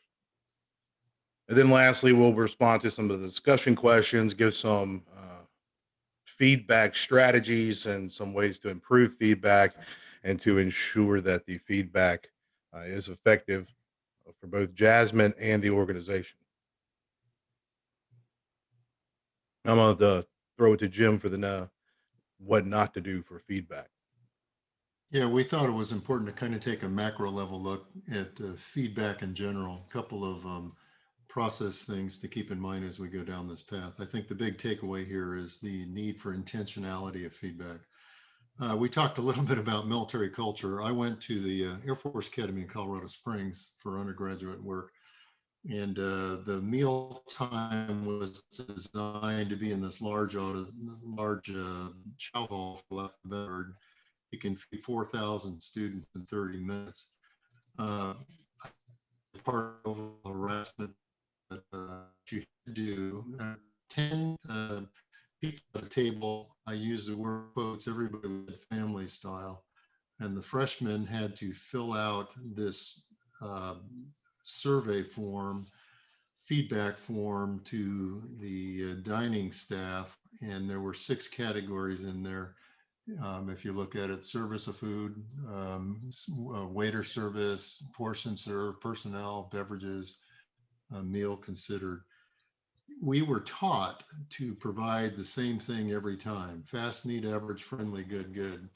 And you had to get permission if you were going to say something other than that. So you can just imagine that there are over 400 tables, each table's filling out a form at least twice a day.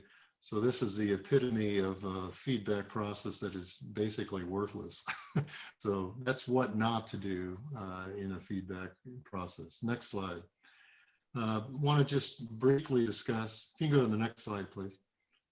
Briefly discuss two things to set the stage. And again, thinking of the concept of intention. Did we lose Jim? Sounds like it. Can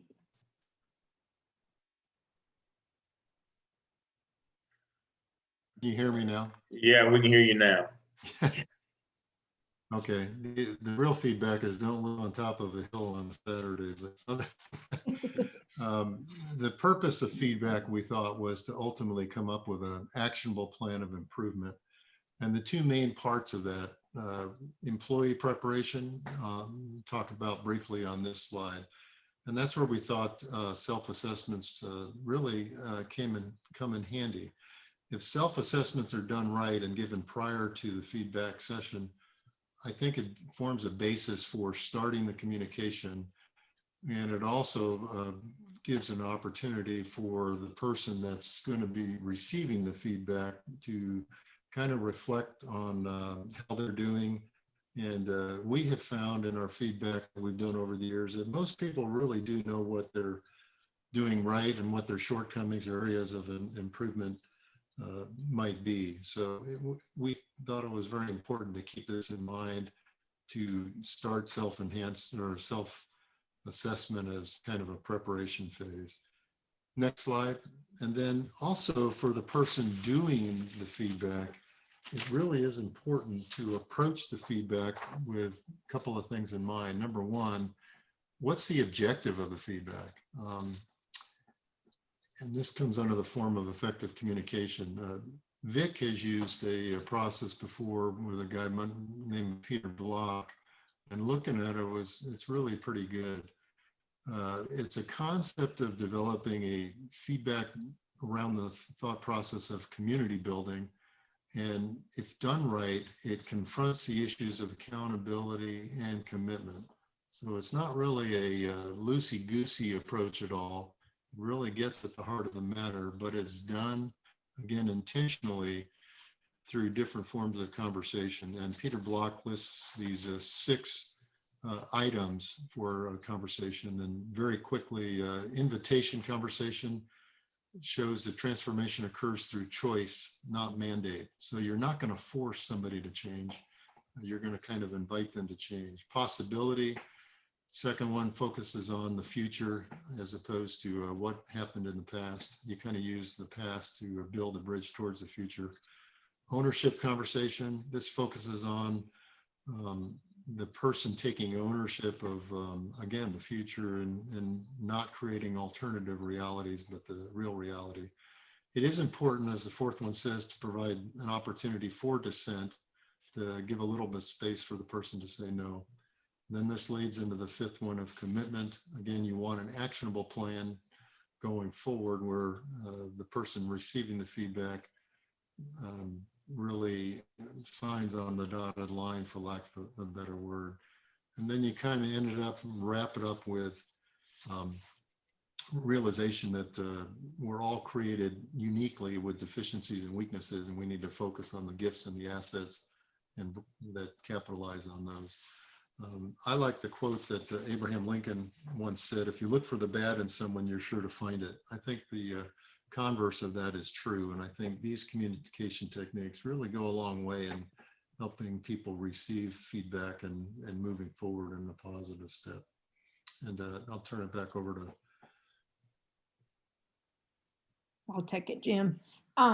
This is a typical feedback meeting agenda that we thought we would use in giving feedback to Jasmine. This is kind of on the lines of a coaching conversation style, and we do use that in evaluations within our district. I thought it was really important to include this quote that most people do not listen with the intent to understand, they listen with the intent to reply. In giving feedback, being an excellent listener is key. And this style kind of presents the strengths and then ways to reinforce them, and then goes into more of the growth areas and goals and objectives around them. Within the context of the coaching conversations, it's important to remember that feedback needs to describe and not evaluate the behaviors. You balance your positive and negative feedback. You help, you're not punishing or accusing. You address behaviors the recipient can control. You stick to the data, and you motivate action.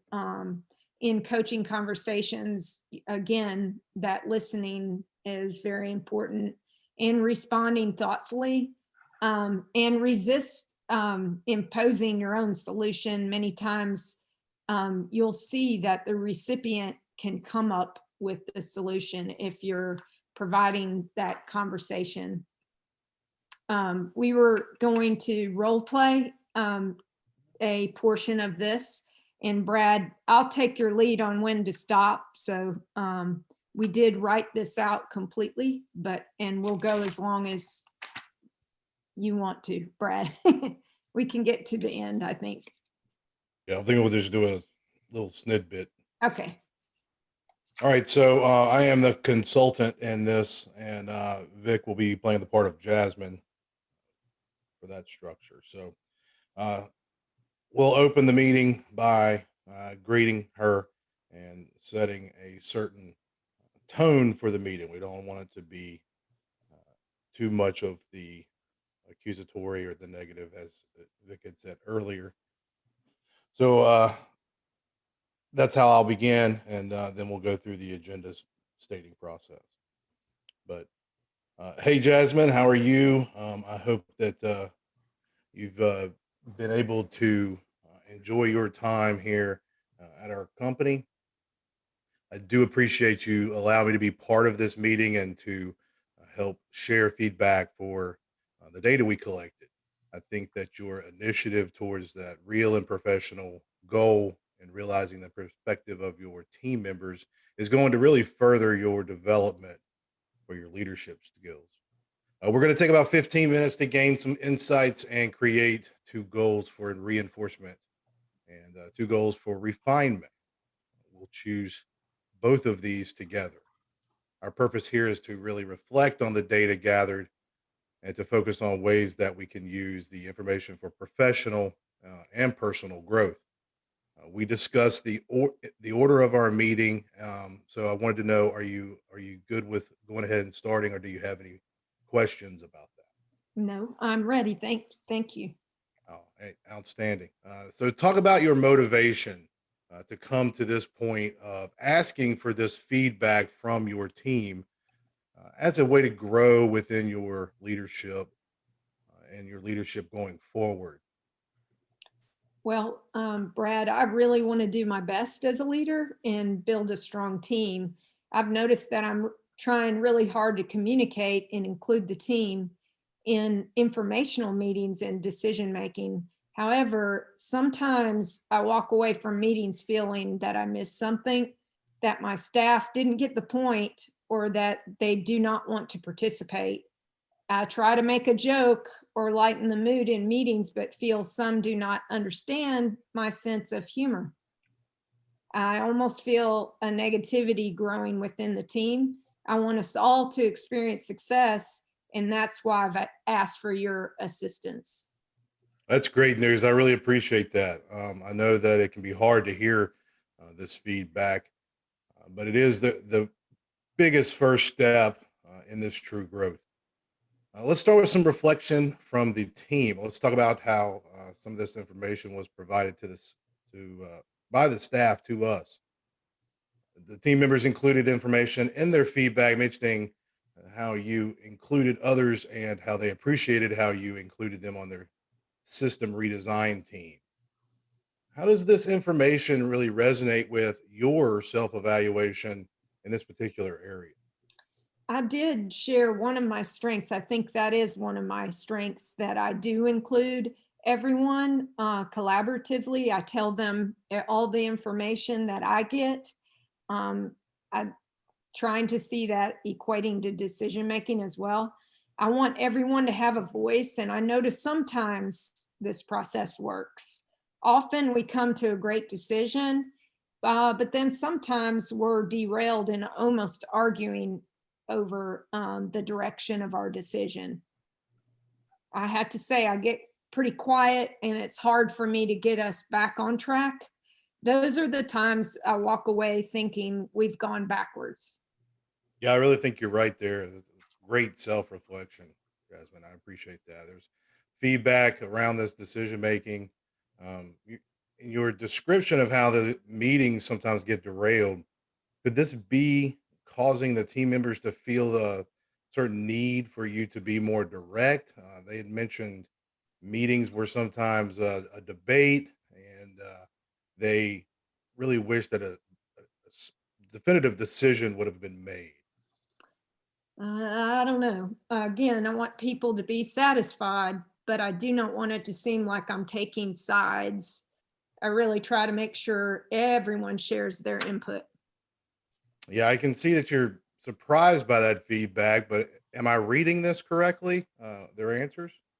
Uh, You are. I try so hard to include everybody. Sometimes I think it'd be easier to give a time limit on discussions or take a vote on certain things.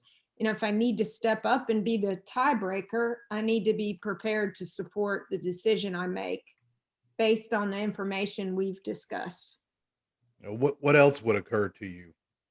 I'm just thinking about the time it takes to plan the meeting to discuss every decision. It does take a big chunk of the day to meet and talk about some things that really are not up for discussion.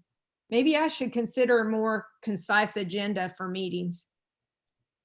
Who else or what else is affected by this particular situation? Well, it does take time away from me being on the floor supporting my staff. Okay. There is feedback information related to what you've just described. And there are times that team members believe access to you is limited, specifically noted canceling the meetings and not assisting with angry customers are concerns. Now, what do you feel like makes your team members feel that they can access or the access to you is a limited one? Well, I didn't really realize they felt that way. I do want to be there for my team. Some of the ways they do have access to me are email, phone, and some face-to-face meetings. Maybe I should clear my calendar for open office hours at a certain time each day. Yeah, that sounds like a good start. Best practice is to return emails and phone calls within 24 hours and arrive early for those face to face meetings. Do you feel like you consistently follow those best practices? I probably could do a better job in all of those areas. All right. I'm going to stop it there. Everybody is with us, with Vic and I. And I just wanted to sort of highlight how we start with this very casual greetings and sort of getting to the root of the problem. And then again, sandwiching some good with some bad to provide her some direction on the feedback during the feedback session. I'll throw it back to Vic. Yep. And he's really guiding me to see some of the growth areas in my practice. In the end, we talk about takeaways and then we get to an action plan. And so Jasmine chooses to develop strategic leadership thinking, some objectives for her, improving her self-regulation to increase her emotional intelligence. She's going to read emotional intelligence and do the self-assessment, choose some goals or strategies from there. She'll have a mentor that she meets with every other week. It can correspond through email, and then once a month she's face to face, and this would not be a person that she works with. Then developing professional relationships with staff members. She's going to develop her ability to take a big picture view, assessing her business mission, their business mission, and reprioritizing time in her personal schedule to strengthen professional relationships.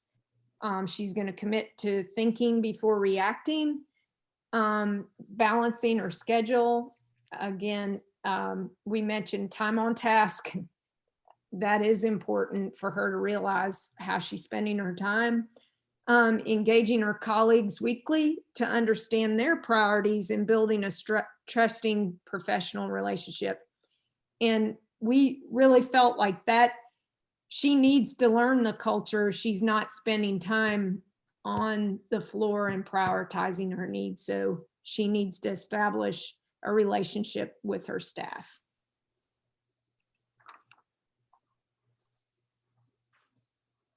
There's a few discussion questions for both the consultant and for Jasmine. And the first that we'll look at for the consultant was how Jasmine responded to that feedback. And did I, as the consultant, accomplish with her what was my intent, what I wanted to accomplish? Did I achieve the goal with that meeting? And did I start the meeting and set it up successfully? That is, that environmental considerations that we talked about last week or a couple weeks ago with interview and interviewing is really the same thing with providing feedback for employees. And for Jasmine, I think the nature of the meeting was positive and started out with strengths and the reason why we're doing this. Again, she asked for that input. And then knowing what you know about the data, do you feel you heard what should have been presented? Yes. Even the consultant let Jasmine get to the root of areas of growth. So definitely hit on that as evidenced in the action plan. One of the last things we want to do is assess the feedback. We want to look at how well the feedback was describing rather than evaluating her behavior. We aren't here as the consultant to evaluate her behavior, but we want to describe it so she's aware of it and work on that self-awareness that is so important for her as a leader. I want to give specific instances or how the feedback gave specific instances rather than the generalities. There is a lot of information and things that happened with her and her team. We don't want to make it some broad spectrum. We want to make sure that there are specific instances highlighted so that she can work on specific points. And how well the feedback balanced positive and negative points. Again, we want to use that sandwiching idea where we begin with positive and then work some of the negatives into it. It's hard in this situation because there wasn't much positive in her responses from her employees, but we do need to push for the positive and then the negative and then end up with a positive. How well the feedback helped rather than punished. This is not a punitive session. This is a feedback session, so we don't want her to think that. We want to see how the feedback addressed the behaviors with the recipient and or how the recipient can control those behaviors. We want to stay true to the data and avoid that collusion and how well the feedback would actually motivate this action. Now, wrapping up, we want to give some tips for just smooth feedback. The Center for Creative Leadership puts out 4 types of feedback, with being the first directive, second contingency, 3 attribution, and 4th, as they highlight the most important, would be impact. And the impact feedback is one that informs a person about the results of their behavior without dissecting the details, assuming motivation, or placing any blame. They also highlight that you should look at 3 different situation or classifications here. Situation, to clarify that situation to make sure they understand what you're looking at. Behavior, describe the specific behavior as we described earlier. And then impact, explain the impact of that behavior. That way they're going to have the full picture of why the feedback's being provided, what happened for them to provide this feedback to you from the consultant or from your boss itself. So that's wrapped up our presentation. We'll be glad to take any questions, comments, or confessions. Okay.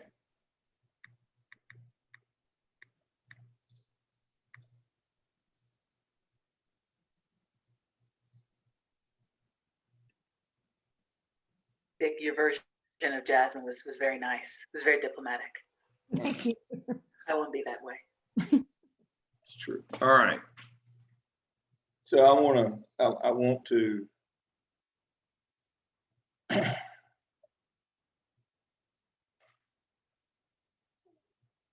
I want to follow up on your types of feedback.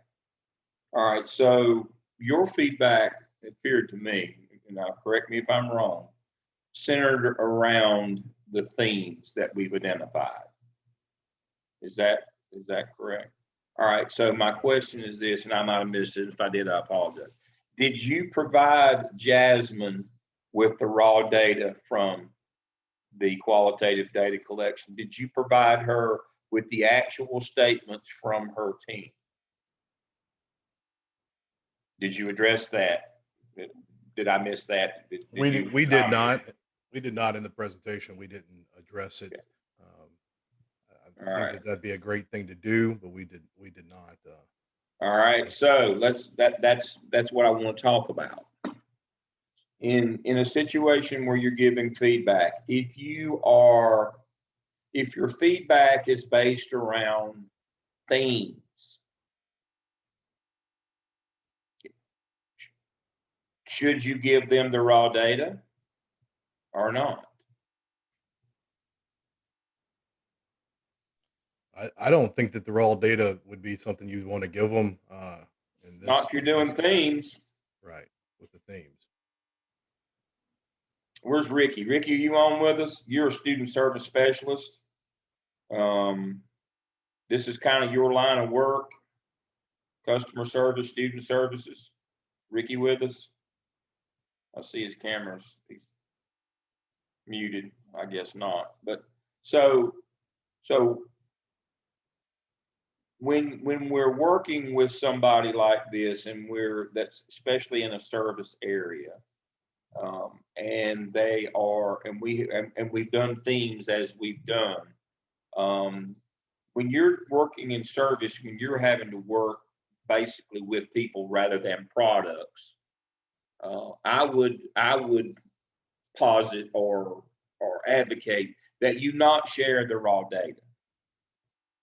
We're not in a manufacturing environment. We're in a customer service environment where we're helping people. That's our job, but we have to interact with one another. We're not making widgets. We're not on a production line. And much of our success is how we deal with our clients, but how we deal with others as well.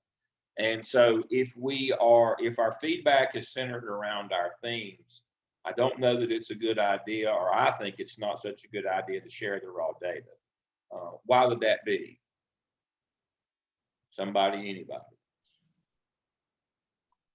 I felt like we shouldn't, because it puts, I mean, you remember those specific comments and the person tries to figure out who it was. That's exactly right.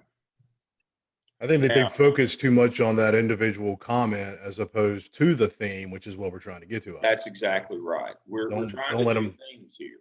Yeah, don't let them focus on those people. Yeah, it makes it personal. Yeah, exactly. It makes it personal. See, remember, in qualitative, our point is to pull the themes. That's what we're pulling, is themes. And we want to address those themes. We don't want to get into the schoolyard, he said, she said stuff. I mean, that's number one on giving feedback, is try to stick with the themes. Now, you had the 4 types of leaders, 4 types of feedback from Center of Great Leadership. One is directive. That's number one. And there is feedback. There is feedback on individual comments like that, but that's more an evaluative process. What's the point of what we're doing as a consultant here? We didn't come in to evaluate this person. We came in to do what? Improvement. And so when I get asked that question, how do you decide whether you share that data or not? Well, it's real simple. What's the point of, I mean, what's your purpose? If your purpose is improvement, that would be no, and we're working on things. Now, if we're doing evaluation, that's when we run down and we do item analysis, basically, we go through the individual statements if we were doing evaluation. That's the difference.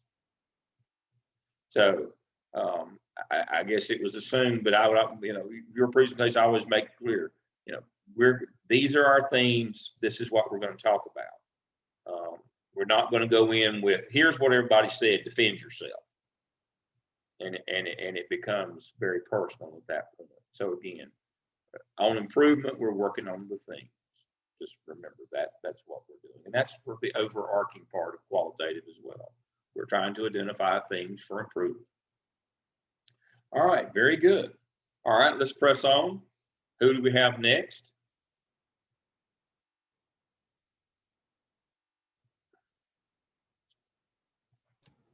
Do you guys want to go, Jonathan and Angie? Sounds good. Rock and roll.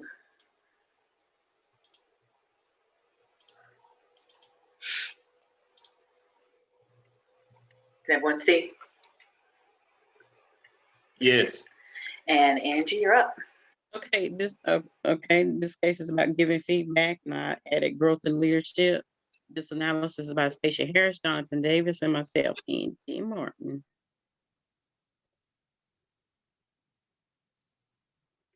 Okay, so you know the story of Jasmine. Jasmine is the leader of 11 customer service specialists, as it said in the story.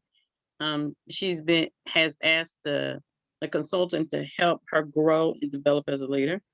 You agreed to conduct individual interviews of each member of the team and to return to Jasmine with their anonymous feedback. In your initial meeting, you sensed that Jasmine would have a difficult time accepting negative feedback from team members and that she might get defensive. After the interviews, you summarize the data in the following themes with quotes from team members to illustrate each.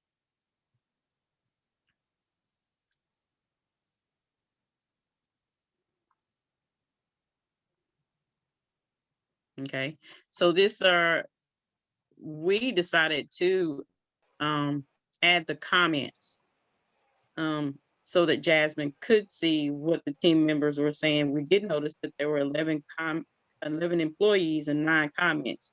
So we don't know if 2 dropped out or if there were a couple that were repetitive. So we divided those up in negative, somewhat positive, and positive so that she could see all the comments. So this is the list here.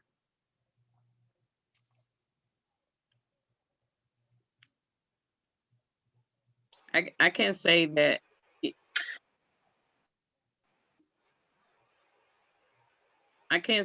when it comes to comments, when it comes to feedback and comments, for working with a team in manufacturing, I ask a question and I ask for anonymous feedback, and I do share all of the feedback with the team. I do it so that it does help us improve. I also do it to get ideas on what we can do to improve, to get better suggestions. Okay, so this is all right, and I'm going to keep my video off. Oh, sorry. Go ahead. Sorry. I might have to keep my video off. My internet's not well today. So here's a look at our agenda for this feedback meeting with Jasmine. And we'll get into this a little bit later, but I think it's important to recognize a couple of key things in describing Jasmine. So first, she is going into this meeting and with the consultant, and we realize she could get really defensive. And so that's really gonna change how we sort of massage the feedback and massage the conversation. You know, she's reached out to the consultant. We know she wants to work on herself, but we also don't know how thin-skinned she is. And I think that's something that in any interaction, you know, in work and in giving feedback, that you have to recognize that, especially if they're not used to it, people may not really be as receptive as they think they want to be when it comes to, hearing some feedback and potentially some criticism of their, behaviors at work. So for the agenda, first we wanted to start it off with something positive, asking Jasmine to reflect on why she wants to work on her leadership. And so we thought, if we can start it off with her just hearkening back to why she wanted to go through this process in the first place, she might be a little more receptive and hopefully not immediately have her, have her guard up going into the meeting. And so we wanted to kind of summarize the feedback and maybe not show it to her unless she asks for it. But again, because she's a little on the defensive side, we think having her actually read it word for word might not be productive. So of course, we want to begin with the positive feedback. We want to start with kind of summarizing the good things that people had to say. And then of course, summarizing the negative feedback. And then one thing, that I was sort of thinking is, without knowing her staff members, there's already some weirdness in the fact that there's supposed to be 11 staff members, but only 9 responded. So that's kind of strange. And then on top of that, I also think you don't want to ignore the fact that if there is some sort of weird interpersonal thing happening on her team, her staff can deliver all sorts of, interesting comments with the intention of making her look bad in front of the consultant. And then of course we want to allow Jasmine to respond and kind of gauge her reaction. If it's looking like she's getting really offended, really flustered, you might want to move on or kind of switch gears to something more positive, because again, you don't want to lose her in the process. And then of course, the last thing you want to do is come up with a game plan for her. What does that look like? What does her action plan look like? Do we need to have her reading some books on emotional, on EQ, high EQ? What daily strategies do we need to ask her to try? And what plan can we put in place for her so there's some accountability when we sort of set her loose kind of on this journey to improve her leadership skills? And so we want to show a quick video to you guys as our team was kind of brainstorming, how to do the feedback. I think it brings up a couple of important things that this video addresses, and I'll be brief. I feel like practically, sometimes feedback can just feel like criticism and feel like confrontation. And so immediately feedback is necessary. And obviously this video goes into that, but unless you work in a culture where feedback is it's regular, it happens on a regular basis, it comes from a spirit of wanting to help, I think feedback can really, can be difficult to give and difficult to accept.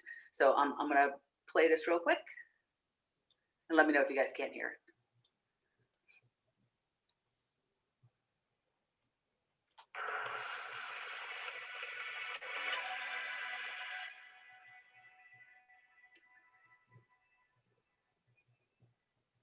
If you look at like a carpenter, they have a toolbox. A dentist, they have their drills. In our era and the type of work most of us are doing, the tool we most need is actually centered around being able to give and receive feedback well.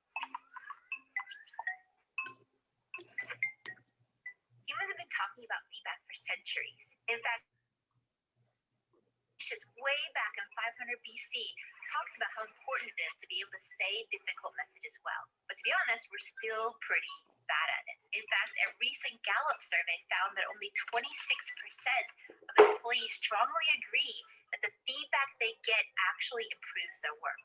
Those numbers are pretty dismal. So what's going on? The way that most people give their feedback actually isn't brain friendly. People fall into one of two camps. Either they're of the camp that is very indirect and soft, and the brain doesn't even recognize that feedback is being given, or it's just simply confused. Or they fall into the other camp of being too direct. And with that, it tips the other person into the land of being defensive. There's this part of the brain called the amygdala, and it's scanning at all times to figure out whether the message has a social threat attached to it. With that, we'll move forward in defensiveness, or move backwards in retreat. And what happens is the feedback giver then starts to dysregulate as well. They add more ums and ahs and justifications, and the whole thing gets wonky really fast. It doesn't have to be this way. I and my team have spent many years going into different companies and asking who here is a great feedback giver. Anybody who's named again and again, we actually bring into our labs to see what they're doing differently. And what we find is that there's a 4-part formula that you can use to say any difficult message well. Okay, are you ready for it? Here we go. The first part of the formula is what we call the micro yes. Great feedback givers begin their feedback by asking a question that is short but important. It lets the brain know that feedback is actually coming. It would be something, for example, like, do you have 5 minutes to talk about how that last conversation went? Or I have some ideas for how we can improve things. Can I share them with you? This micro yes question does 2 things for you. First of all, it's going to be a pacing tool. It lets the other person know that feedback is about to be given. And the second thing it does is it creates a moment of buy-in. I can say yes or no to that yes or no question. And with that, I get a feeling of autonomy. The second part of the feedback formula is going to be giving your data point. Here you should name specifically what you saw or heard and cut out any words that aren't objective. There's a concept we call blur words. A blur word is something that can mean different things to different people. Blur words are things that are not specific. So for example, if I say, you shouldn't be so defensive, or you could be more proactive. What we see great feedback givers doing differently is they'll convert their blur words into actual data points. So for example, instead of saying, you know, you aren't reliable, we would say, you said you'd get that email to me by 11, and I still don't have it yet. Specificity is also important when it comes to positive feedback. And the reason for that is that we want to be able to specify exactly what we want the other person to increase or diminish. And if we stick with blur words, they actually won't have any clue particularly what to do going forward to keep repeating that behavior. The third part of the feedback formula is the impact statement. Here you name exactly how that data point impacted you. So for example, I might say, because I didn't get the message, I was blocked on my work and couldn't move forward. Or I really liked how you added those stories because it helped me grasp the concepts faster. It gives you a sense of purpose and meaning and logic between the points, which is something the brain really craves. The fourth part of the feedback is a question. Great feedback givers wrap their feedback message with a question. They'll ask something like, well, how do you see it? Or, this is what I'm thinking we should do, but what are your thoughts on it? What it does is it creates commitment rather than just compliance. It makes the conversation no longer be a monologue, but rather becomes a joint problem-solving situation. But there's one last thing. Great feedback givers not only can say messages well, but also they ask for feedback regularly. In fact, our research on perceived leadership shows that you shouldn't wait for feedback to be given to you, what we call push feedback, but rather you should actively ask for feedback, what we call pulling feedback. Pulling feedback establishes you as a continual learner and puts the power in your hands. The most challenging situations are actually the ones that call for the most skillful feedback, but it doesn't have to be hard. Now that you know this 4-part formula, you can mix and match it to make it work for any difficult conversation.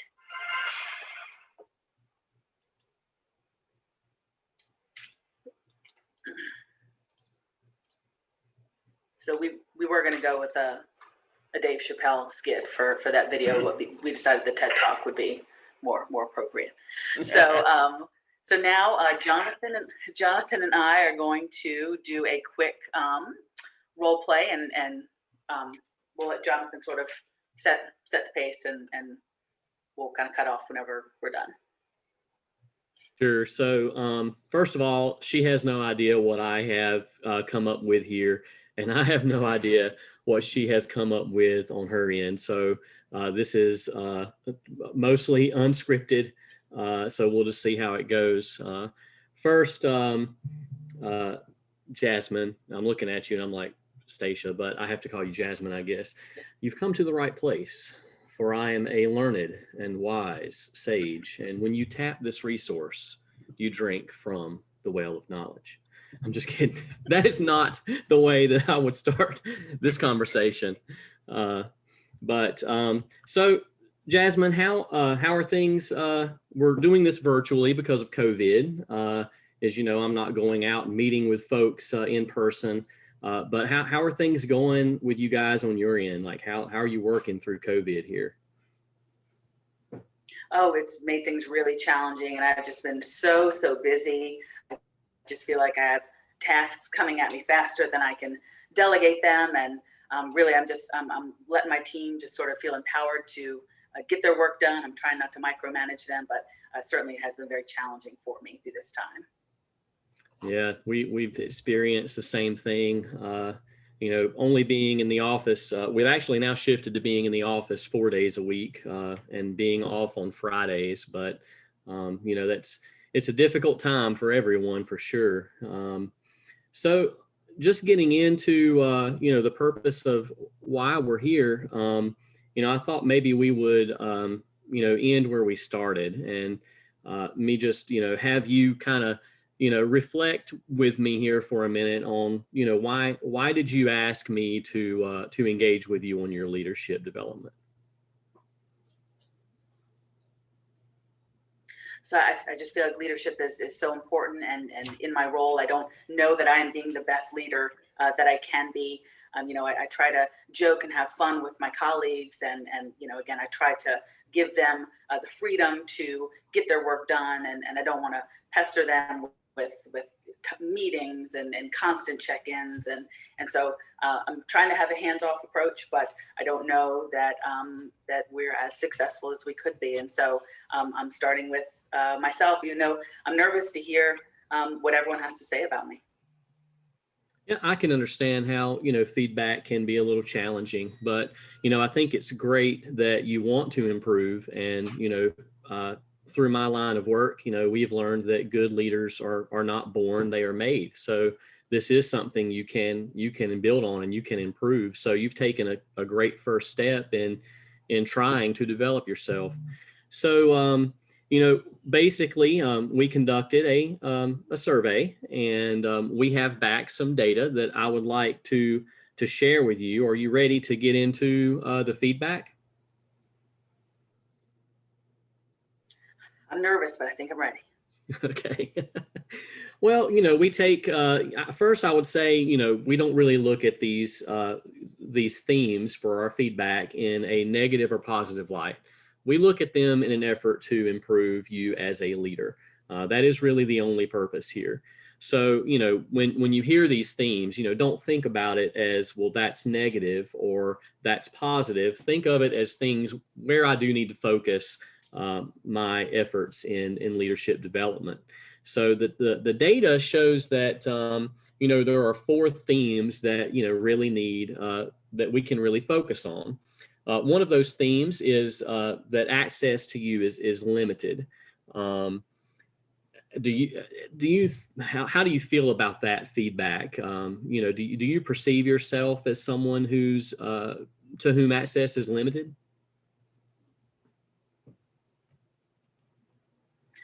Gosh, I hadn't really thought about it that way. I mean, I feel like I respond when my teammates need me, but again, I'm so busy and lost in my own tasks that I have to get done. Maybe I'm not paying as much attention to my team as I should be. Yeah.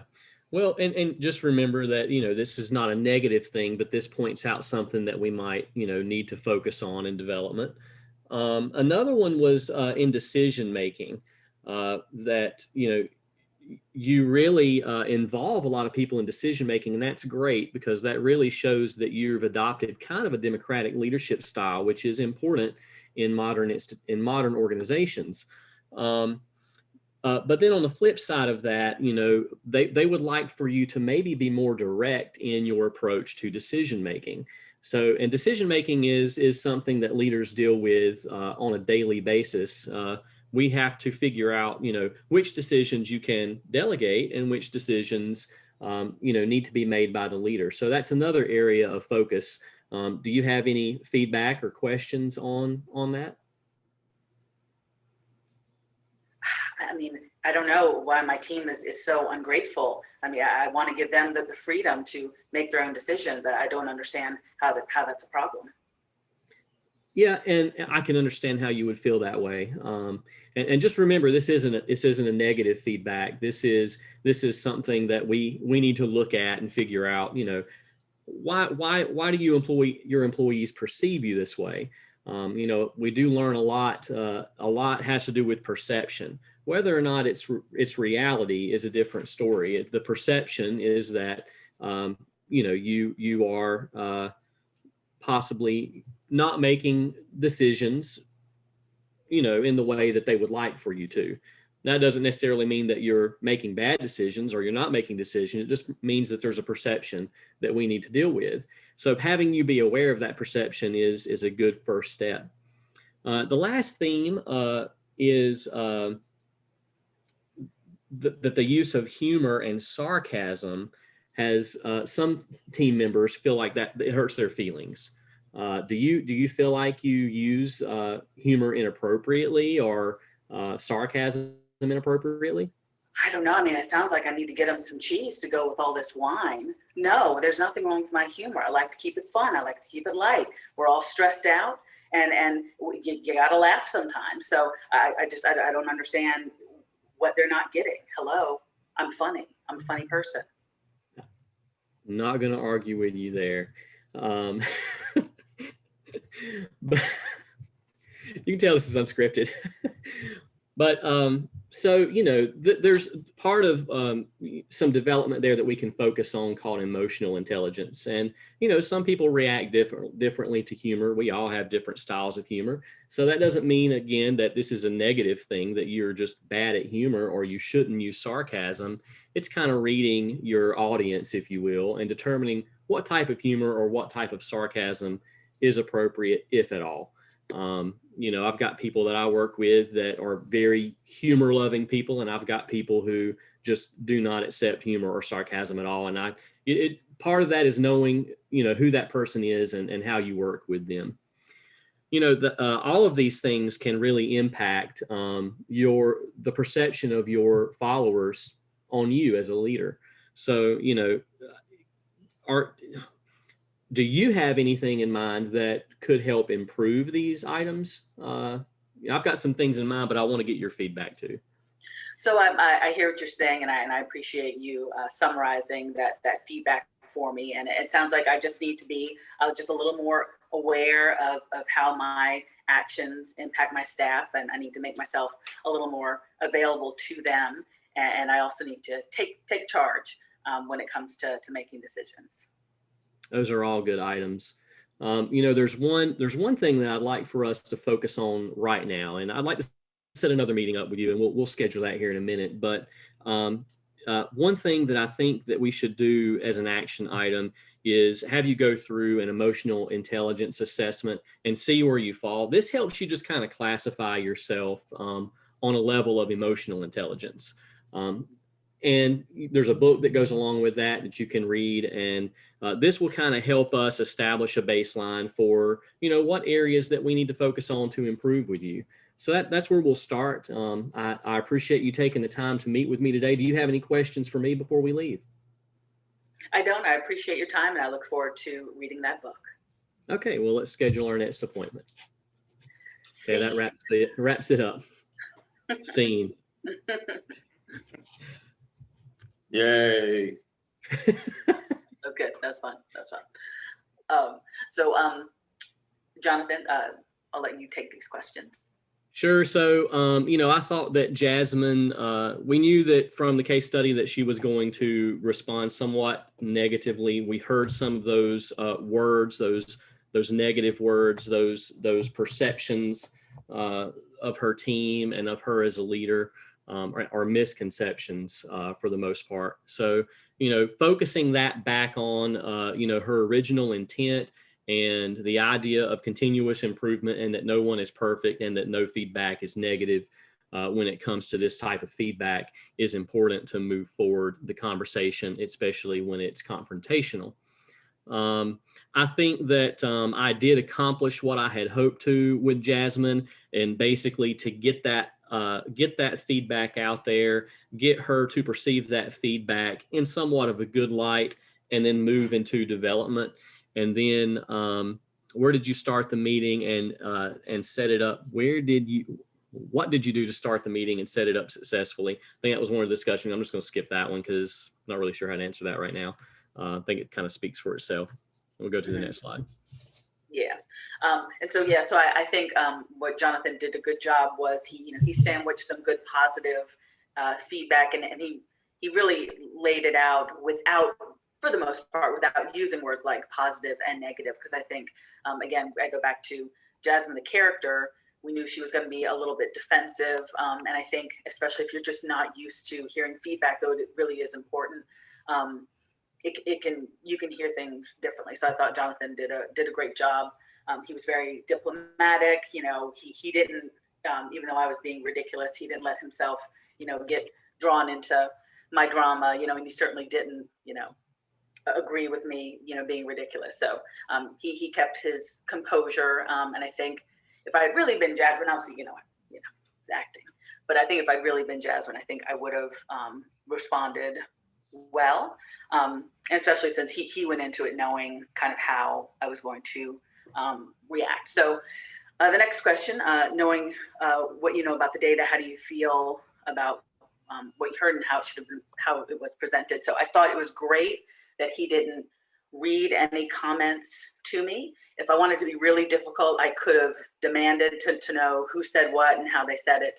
But I thought by not, and especially not keeping it verbal, I think that was also really important. I think if he had handed me a sheet of paper with all of these comments on it, not only would I have been probably more defensive during the conversation, but that would have stayed with me even after that meeting was over. I think that's the other part of feedback, especially this kind of feedback where, you know, you're asking a third party to, you know, essentially gather data about you to bring some solutions for improvement. When the meeting's over, you still have to go and work with these people.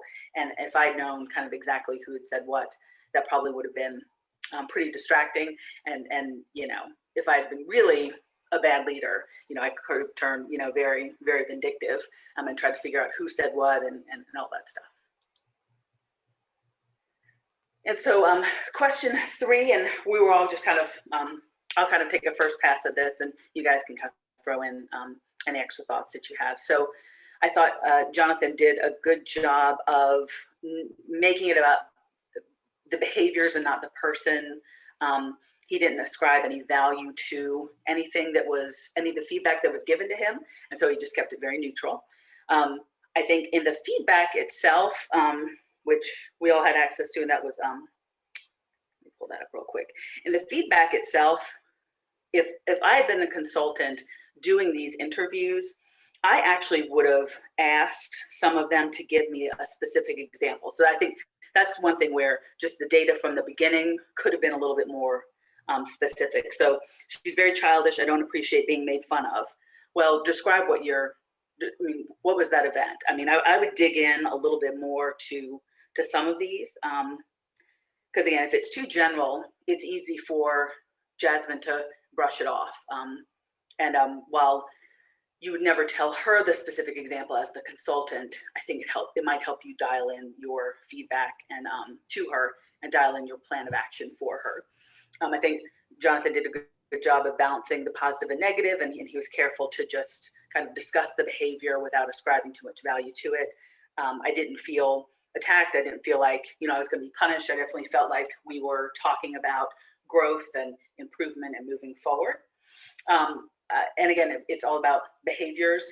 What can I control? Well, I can be, you know, a little less sassy and sarcastic with my team, unless I'm just, you know, I just need to be more careful with, for example, how I joke with them. And I felt like he was true to the data, and obviously Jasmine didn't know exactly what it was, but you could tell that Jonathan knew what the feedback was. And then, of course, the last part, he ended it with, well, we're going to meet again and talk about a plan, talk about moving forward. And I think that's important for her. The only thing I would add is that, you know, when giving feedback, depending on the situation, the sandwich approach may or may not be appropriate. If you have negative data that is glaring, that's maybe, you know, kind of detrimental, then it's important not to sandwich that data because you take away from the gravity of that situation. So when giving feedback, this was a case where we're talking about personal development. There's nothing that can't be fixed here. That's, you know, it's not too serious. Development will help resolve that. So sandwiching, I think, was a good approach in this situation. And I thought Jonathan brings up a great point. You know, probably the worst kind of HR nightmare thing that Jasmine did was having that biting, sarcastic wit, which obviously didn't sit well with some of her team members. Obviously, if some of the feedback had been Jasmine was like sexually inappropriate with me, it would have been a totally different, you know, situation and interaction that likely would have had HR right next to Jonathan, you know. It would not have been a sandwich meeting. It would have been a single purpose meeting, a single single topic meeting. Right. And some people do not realize when they have, I think I told Jonathan and Stacia the other night, Sheldon Cooper syndrome. They don't even realize that they are being rude and sarcastic. They don't know. I mean, that's just the way they are. I work with a few engineers that are like that, and they don't even realize that they are that way. So it's good to be able to separate that Sheldon Cooper syndrome from, I think, what is real sarcasm. Gotcha. All right, and then moving on to question 4, Angie. Oh, you're muted.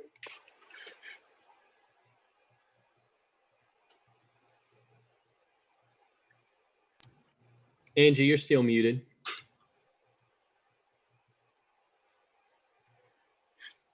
I'm sorry. So how to conduct feedback meetings successfully. One thing is to make sure that you have enough data to analyze it. I think I got caught up in the chapter 8 from the Miriam reading this week of talking about inductive and deductive reasoning. So inductive to me, if I'm understanding the reading correctly, is taking all that data in, pulling in all the data, and do an initial report or do an initial hypothesis of what you think about it, but still continue to observe the employees and any other data that you can get, and then analyze and confirm the data before your meeting with Jasmine, and then put it into a report form or into a conversation form, just like Jonathan and Stacia did, where it was a two-part conversation between the consultant and Jasmine, instead of it being one way. So, and then during that meeting, observe those reactions to findings, and it's also good to document that that meeting to make sure that both of you understood what you said to each other. I handle those type of things to where I wrote those things down and we both signed a copy. So we make sure that we both understood what was said in that meeting. And going back to the video, you know, it listed 4 things to do. You know, basically, are you ready for the feedback? Set the person up, give them the data, discuss that data, discuss the impact that data can have, and then end on a question. You know, what do you think we can do about this? Here's what I think. What do you think about that? Are you ready to proceed? Type thing. And that concludes our presentation. Does anyone have any questions or feedback from us for us? That's excellent. All right, go back. Well, no, I can go back. All right, so to your last slide there on inductive and deductive, that's a point. That's a valid point to make, and part of Miriam is what you're doing up to your first meeting with Jasmine is inductive, but then it has to take, when you talk about, you know, do you have any questions? Do you have any issues? Jonathan said to Stacia in the role playing, I want to schedule a next meeting with you. That's the break from inductive to deductive right there. Your first round, when you did all your analysis, you had your initial meeting with her. That's all inductive. Now, deductive is that kind of that's a more of a sympathetic vibration or response going forward from that. So those meetings take that they are conducted differently and have a different tone. We don't get into the second round or the deductive is not about so much what they said or about the collection. It's what we're going to do about it. So that's kind of the difference. This is what it said. What's your feedback? And then the second is, all right, now on the deductive side, what are we going to do about this? You've defined the problem. Now let's move forward in this improvement loop. And so you have to do, you can't just keep beating the same dead horse. This is what the data said. You have to have some solutions. You have to have some feedback. You have to move on from that initial, here's what it said, because there's a certain amount of shock that goes with that. We've got to get over that by the end of the first meeting so that we can actually now set the tone for improvement going forward. That's the notion here. All right, a couple of things that I want to point out from their presentation. You can go back to full screen now. Number 6, address behavior the recipient can control. I'll use myself as the bad example. I remind my wife, at 36 years of marriage, you get a lot of feedback. And I tell her it's perfectly acceptable for her to give me feedback on things that I did that I shouldn't have done, or give me feedback on things that I should have done and didn't. But you can't give me feedback on things that you think I might do or might not do. It has to be based in reality.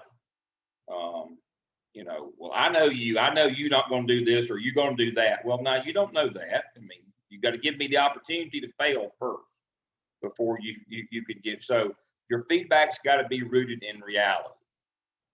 It's got to be things that we can see and measure. That goes back to our themes again. It's got to be things that were observed or that were reported. It can't be things that we think you might or might not do.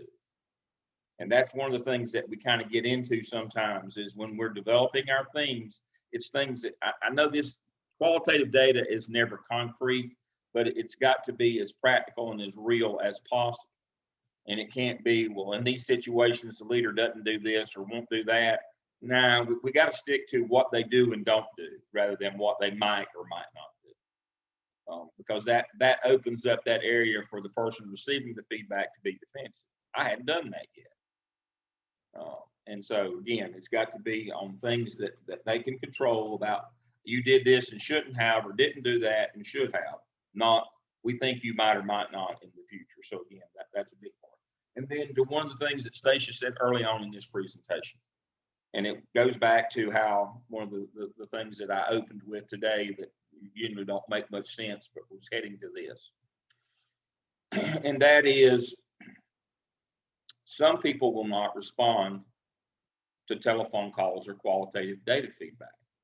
When Stacia said we're concerned about only 9 out of 11 people responded, I would be a lot more suspicious of the data if all 11 had responded. What did we talk about first thing this morning?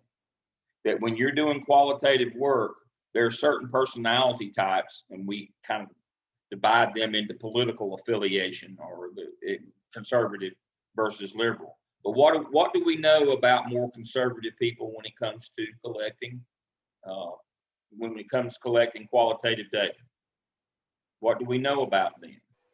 That they don't tend to do that.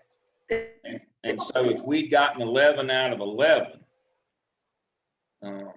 that would have been more concerning to me, knowing that some people just won't do this. They're not going to offer up. So when you're collecting qualitative data, you're asking people for their feelings. And what do we know about conservative people and their willingness to offer up their feelings? Not so much. And so that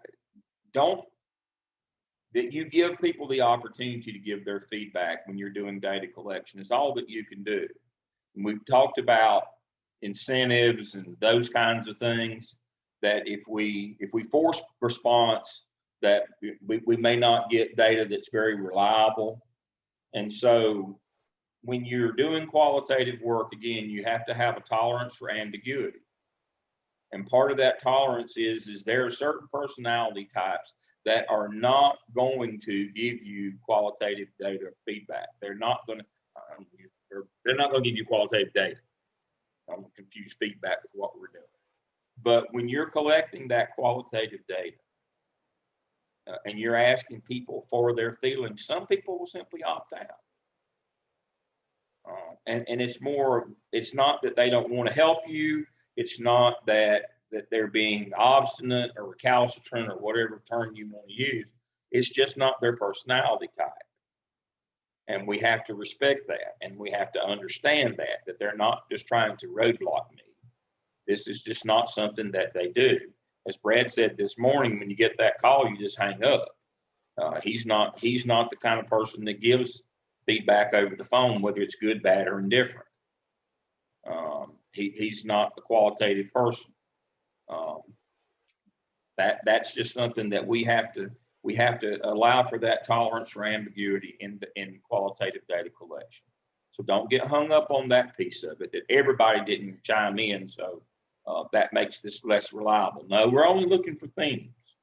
Remember, if we're looking for specific answers, that might be an issue. But when we're looking for themes, we can tolerate that ambiguity because we're only trying to derive our themes.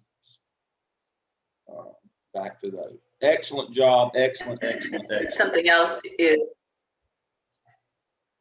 and I was going to say real quick, something else, if people are too eager to offer those sort of details, I think that should also give you pause, especially in this instance. And I mentioned it, if there's someone on the team who has some sort of personal beef with Jasmine, this is their opportunity to really stick it to her. And that's the opposite end of the scale that I covered this morning, which is cancel culture, wokeness. That's the opposite end. That's on the liberal end of the spectrum. So you have again, you're exactly right. And that is your spectrum. Conservative people won't give you any information at all on qualitative. Liberal people will give you too much because they have an axe to grind. That would be called cancel culture. That is your range. That's just like we're interested in quantitative work in the range, of our responses so that we can do mean, median, and mode, standard deviation. We're also interested, we have to be aware of the range in qualitative as well. And that's what I defined for you this morning, the range of what you can expect. And when you're doing qualitative data collection, the range is from nothing at all, which is more a conservative bent, to way too much, to the point of being almost fanatical on the other end, and that leads to cancel culture. So that's your range on qualitative. Thank you, Stacia. That's perfect. That's the notion here. And you have, as the researcher, you have to understand that range. And that's why you can't just say, well, they said specifically this. No, again, back to themes. Back to themes. We're looking, it's not how strongly, it's did enough people mention this same kind of thing that it's a theme, or is this one person is an outlier and they've got an axe to grind? That's exactly right. And so again, we have to be suspicious or cautious on either end of the range. And that's how we categorize the spectrum of data, as a range. So excellent. All right. Do we want to take a 5-minute break, or are we ready for the last group? If the last group's ready, just jump right in. All right, let me set this up then.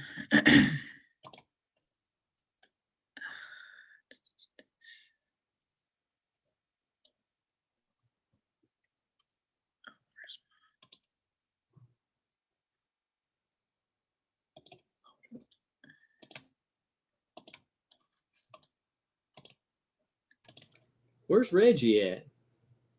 Reggie's I'm right ball here. Game. It looks cold. Yeah.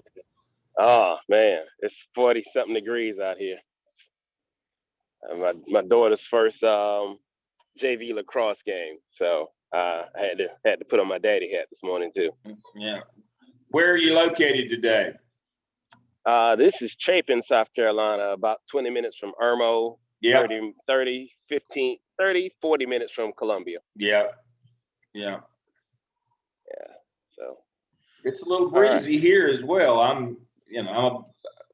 We're about 100 miles apart, but it's pretty breezy here. Yeah, that's really what the problem is. It's sunny, Yeah. but that breeze is cutting this morning. So. Yeah. Sun's out here, but it's that wind will cut you. It's cut the hawk. Yeah, that hawk is out today. Yeah, it's out today. Hey, good afternoon, everybody. Dedication, though, Reggie. Huh? We appreciate your dedication, though. Oh yeah, I'm gonna be there for the team. I'm gonna be wear two hats. You know how I go. All right. All right. So good morning, everybody. We all have the same case study, but our group is myself, Reggie Chana, Selena English, Shernay Gerald, and Ricky Johnson Jr. All right. And we off to a good start because I said Shernay's name right. Okay. So uh, we all have the same background, but just a couple highlights. Jasmine is the team leader of 11 customer service specialists.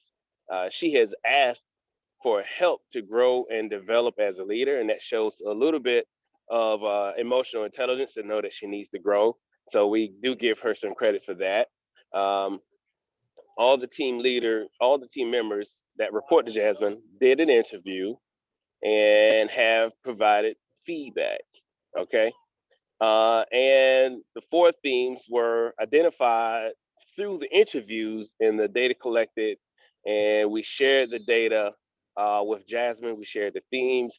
One thing we did, we kept in mind as we went through our preparations that she might be defensive and sensitive to this feedback. So everything we did was to make sure we were honest, but not patronizing, to make sure that she was able to take in the feedback without feeling attacked or punished for trying to better herself. And Shernay is going to take it from here. Okay, so just to set the tone and remind folks who do provide feedback, some of the key do's and don'ts. We want to be as specific and direct as possible. I mean, to be vague is oh well, you do things bad. Like that's not we want to be as specific as we can. We want to speak to actions. We don't want to speak to any personality traits or any personal things that people may have. Provide examples, stick to the facts, have an open dialogue. So make sure it's a two-way conversation so that each person is allowed to make a statement, react to the statement, provide perspective, and and it's not just one person just hammering someone with feedback. Also provide some solutions, some next steps. One of the worst things I feel that you can do is really just offer up, okay, well, here's what you need to do. Or here's where you're weak at, and just walk away from it. So help to kind of guide and provide some solutions or next steps, and also ensure that it's a safe environment. And there's some privacy. When you're having conversations, don't pull somebody into a break room where people are passing by. Like, you want to provide feedback in a safe or private area. You don't want to embarrass people. You don't want to provide that feedback, and even in a team meeting, especially when it's negative feedback. We don't want to assume the person's intent. So based on the feedback, we don't want to say, oh, well, this is what you meant to do. Well, we don't know that. So we want to just keep it to the facts. Again, don't judge a person's personality traits. I mean, some people are quirky, that's just what it is, but that doesn't necessarily speak to the actual action that they are doing. And sandwiching negative feedback with positive feedback. The jury's kind of still out. Some people are really comfortable with it. I think my group definitely, we're not fans of that. I do not like to get the, oh, you're great, but you suck here. Oh, you're great again. Like we don't like that. So and really, I mean, there's some research out there that suggests that other people don't like it either. I'd rather you just go ahead and tee me up with some good stuff, and then we can talk about the challenges and ways to fix that. And don't exaggerate. People tend to use words like, well, you're always this, or you're never doing this, and we don't want to exaggerate. We want to speak to specific things, but we don't know if you always do something, and that makes people really defensive when you say stuff like that. And talk at length. It's challenging when someone harps on your negative 4, 5, 10 minutes. Like we need to, keep it short, get some feedback and maybe process some next steps and move forward and avoid things like you should. This is something I actually learned is, well, you should do better. You should do that. Like there are other words or other language that you can use. Like, I would like to see you do this, or I would like to see this, or something like that. But you should kind of, tends to put people on the defensive as well. So our feedback plan for Jasmine, we really wanted to just high level, just establish an open dialogue, ask her to assess her own leadership skills, just so we can see where she's at. We want to lead with the positive feedback, and we want to come with the not necessarily negative, but the not so positive feedback and things that areas where she can develop, and then actually close with some action and next steps. So for us, what that agenda looks like is really starting with a wellness check. Again, something else that I learned is don't come to someone, like if you just lost your dog today, you may not be in the headspace to receive this information. And this is a two-way conversation. So you want to be a giver, as a, the giver is providing the feedback, but you're also receiving it. So you just want to do just do a pulse check and find out where that person is mentally on that day before you start. Also provide the purpose, the reason why we're meeting here. Start with Jasmine's self-assessment. So where do you see some of your strengths, some of your challenges, things like that? And then we can get into the feedback. And when we have the feedback, we want to provide the examples. We want to summarize some of that direct feedback. We don't want to necessarily use direct quotes, but we want to summarize the information that was provided. And ask for her feedback and her perspective. And then we can talk about some different actions that she can take. And then close it with recapping those next steps and schedule a follow-up for the conversation. So I think we have, yep, Selena. All right, so I'm going to walk you through our role play, and we decided to animate our role play. So this is going to be the first conversation that we have in her inclusive decision making. So these are the themes that we identified, and this is the conversation that the consultant and Jasmine are going to have.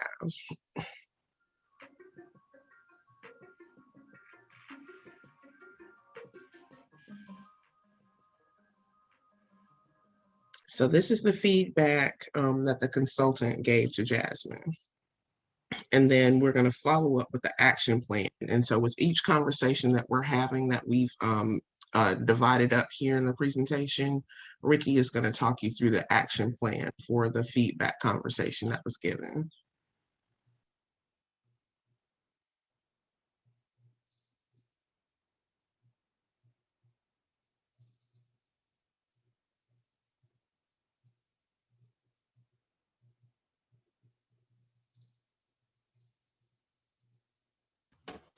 So the first action we have for Jasmine is that she can continue to be inclusive by 1, actively practicing self-awareness, 2, asking questions to seek feedback from team members, 3, communicate, keep lines of communication open with her team members, and lastly, continue to listen.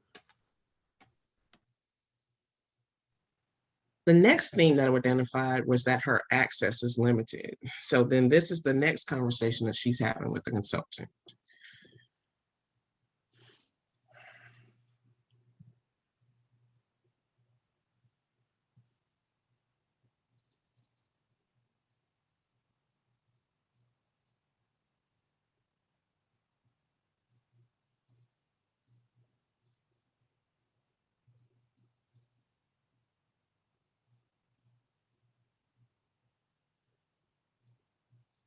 So in this one, Jasmine actually has a question for the consultant. Are there any suggestions for how I can improve in this area?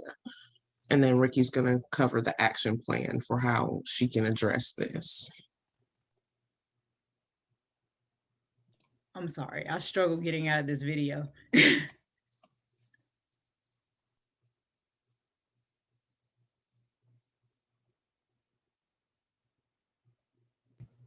Ricky, you're muted. I'm sorry. So the second action plan we have for Jasmine is how to be more accessible to your team. First, we thought that she should have an open door policy. Second, one-on-one meetings regularly with team members so she can get a feel of their perspectives. Third, increase visibility in the office, maybe a monthly lunch with the team, or maybe one-on-one with the team. And lastly, plan at least one non-work related activity to build morale throughout the team. The next theme is sensitivity to others. And this is some feedback that Jasmine was not expecting. So that you're going to see her reaction to this theme of sensitivity to others.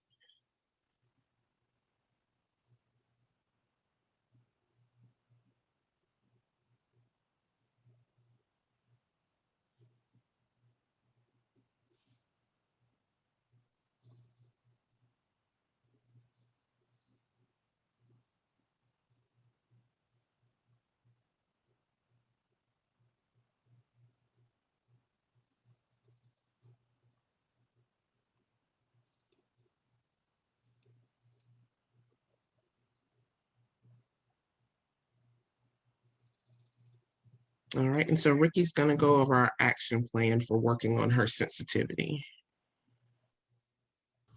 So as far as her sensitivity, we concluded that she could take care with others. Jasmine has to develop the EQ and learn about emotional intelligence aspect of her personality.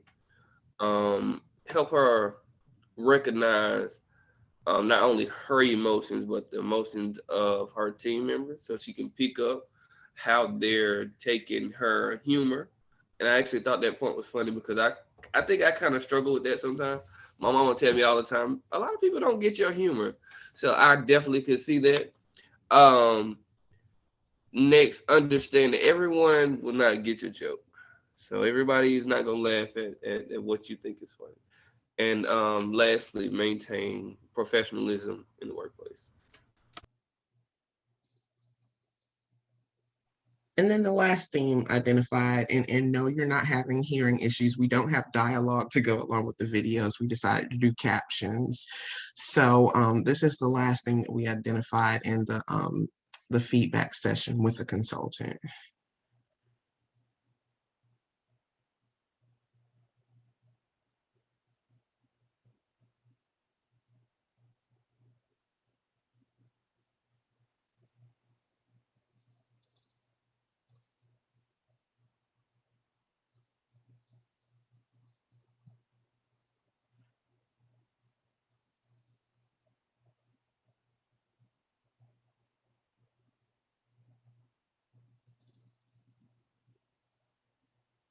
All right, and Ricky's going to cover the action plan for her being more assertive with her team. So lastly, when it came to the action plans for assertiveness with Jasmine, we thought that she needed to be more intentional, speaking directly to her team members. Um, all the decisions, the major decisions, should come directly from her. She should continue to collaborate, but as the leader, have the final say so. And lastly, complete leadership development training to improve herself as a leader.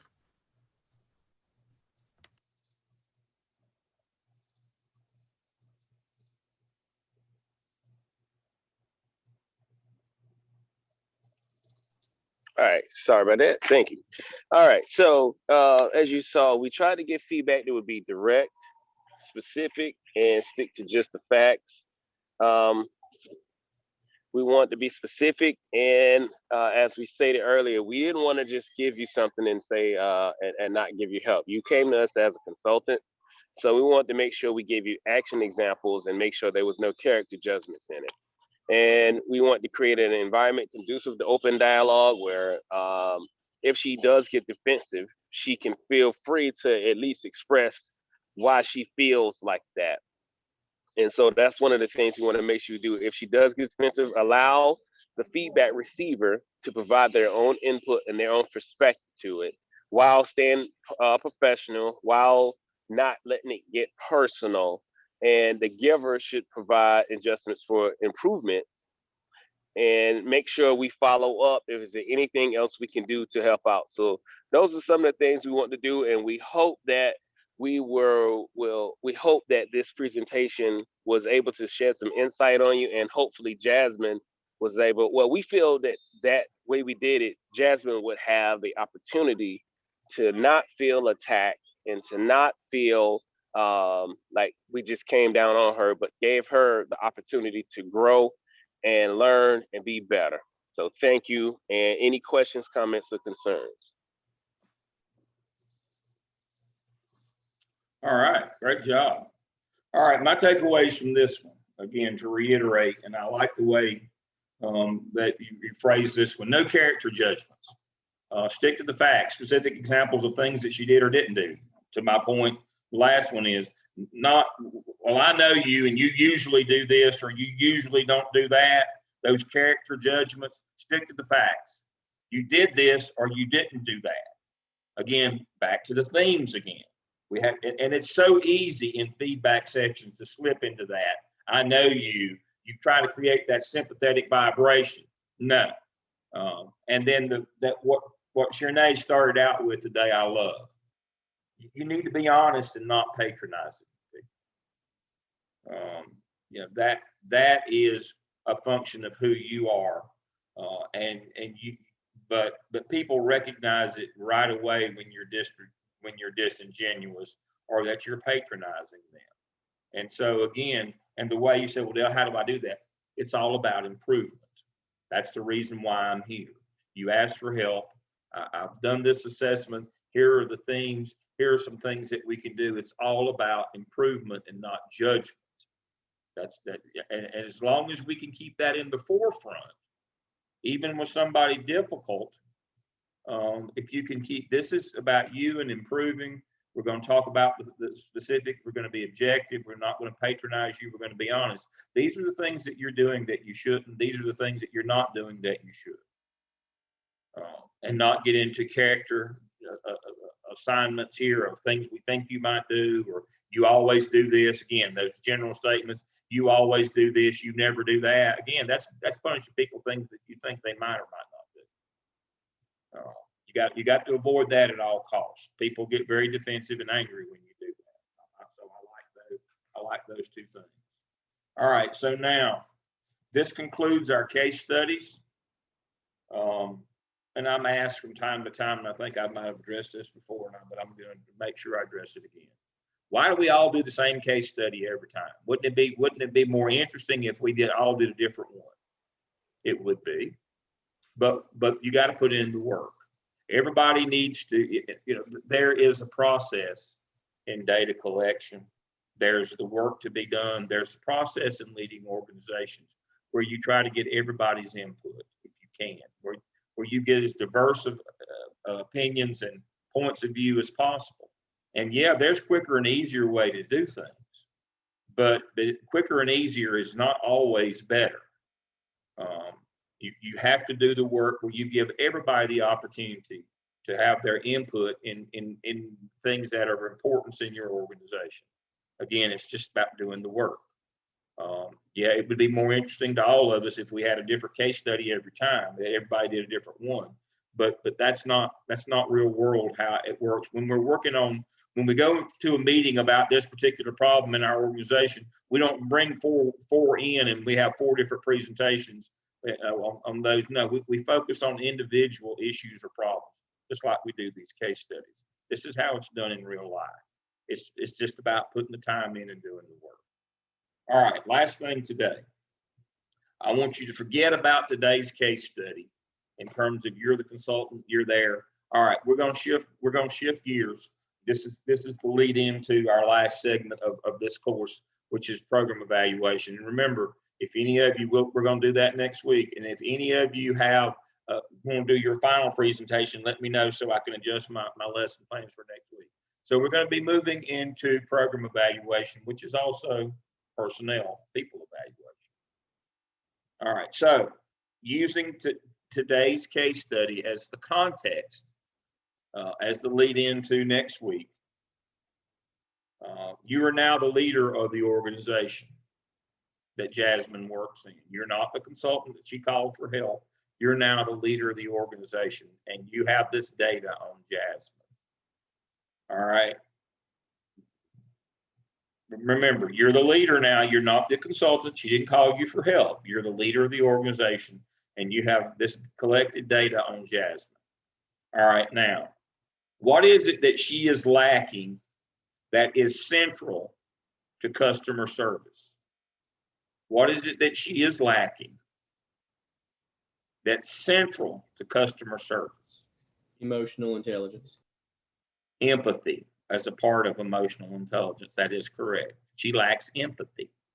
She doesn't care about others' time. She doesn't care about their feelings. You know, we could go down the list on what it means to lack empathy. And I've got that queued up here. Highly critical of others, make fun of them. You can't control your emotions. You're immune or unaware of their feelings. If just like what was it? Want some cheese with that wine? You make fun of them, or you accuse them of being overly sensitive. Let's see. Make sure I hit all of them. Overreact. Don't admit when they're wrong. They're defensive. They behave inappropriately or insensibly. They have trouble maintaining relationships. Sound familiar? And so Jasmine is a textbook example of somebody who lacks emotional intelligence, most specifically empathy for people's time and their feelings. You cancel meetings at the last meeting. That means you don't care about other people's times or their feelings. You know, all these are examples of that. Now, what would be the number one character trait that we would need for somebody that worked in customer service? That would be empathy. We're not on a production line. You know, to Angie's point, and Angie pulled out a great point today. You know which group of professionals lack empathy the most? What did Angie say? Sheldon Cooper, engineers. Engineers of all professions are lack empathy the most. That's not Deol's opinion. That's absolute data. Engineers lack empathy. And so, but that's okay in engineering situations if you understand that. But when those people have to work in customer relations or with others, it becomes a problem even for them. And so we have a person here who is a textbook example of somebody with no emotional intelligence, completely lacks empathy. We have her in a customer service role in our organization. You are the leader. Here are your three options. We work with Jasmine to try to improve her emotional intelligence. 2, that's the first option. We work with her. Number 2, we move her to another role in the organization. Or 3, we allow her to work for another organization. Which of the 3? I think put her on a performance plan. I think 1. Performance plan. Because she has some positive feedback, so she's not a total lost cause. She's not a total lost cause. Yeah, I think I'd go with option 1, and like Stacia said, you know, we have a plan, just kind of how we laid out in our interview with her. You know, just getting rid of people when they don't fit perfectly without trying to develop them sends a bad message to the rest of the organization. I don't know. I probably give her a chance to go ahead and improve, because if she has this, she had got that negative feedback, she would get it in another job as well if you put her in another role. So she would probably still get that negative feedback as far as I guess not being there, because you still have to be there for your employees if you're in another role. So I think I would give her a chance to improve, but you also need to realize that she may not be a good fit for customer service. She Well, might be she an lacks, engineer. she lacks the most essential characteristic for customer service. We've So can already you- established that. So can you develop empathy? Well, now, according to the research, don't expect them to change. People without empathy cannot or will not change. If they completely lack empathy, they will not change. That's what the research says. If that's good, I get her out of customer service. If she can't change, I get her out of customer service. Okay, so we got what, 3 that say we're gonna work with her to improve her, and we got 1 that says she doesn't have the basics that are required to do customer service since she lacks empathy, and we can't really teach her empathy. She's not a good fit for customer service. We'd move her somewhere else in the organization. All right, Yeah. everybody's got to weigh in now. I would like to at least start with a conversation. If we're talking about showing empathy, I would like to at least have a conversation to see where her head is before we make any decisions. I mean, I know we got the feedback from others, but if I'm her boss, I'm going to sit down and have a conversation and then kind of evaluate from there and tell her what I expect, lay out the expectations. And if she doesn't still meet those expectations after I lay them out, then we'll see what's going on. But I think— Well, that's where we are. That's where we are, Reggie. We've already done all that. We've collected all of our data, and this is it. What are you going to do now? I don't know. I mean, I guess I would probably go to action plan and then go that route, I guess. Okay. I would probably go that route. All right, so Jonathan, what was your question?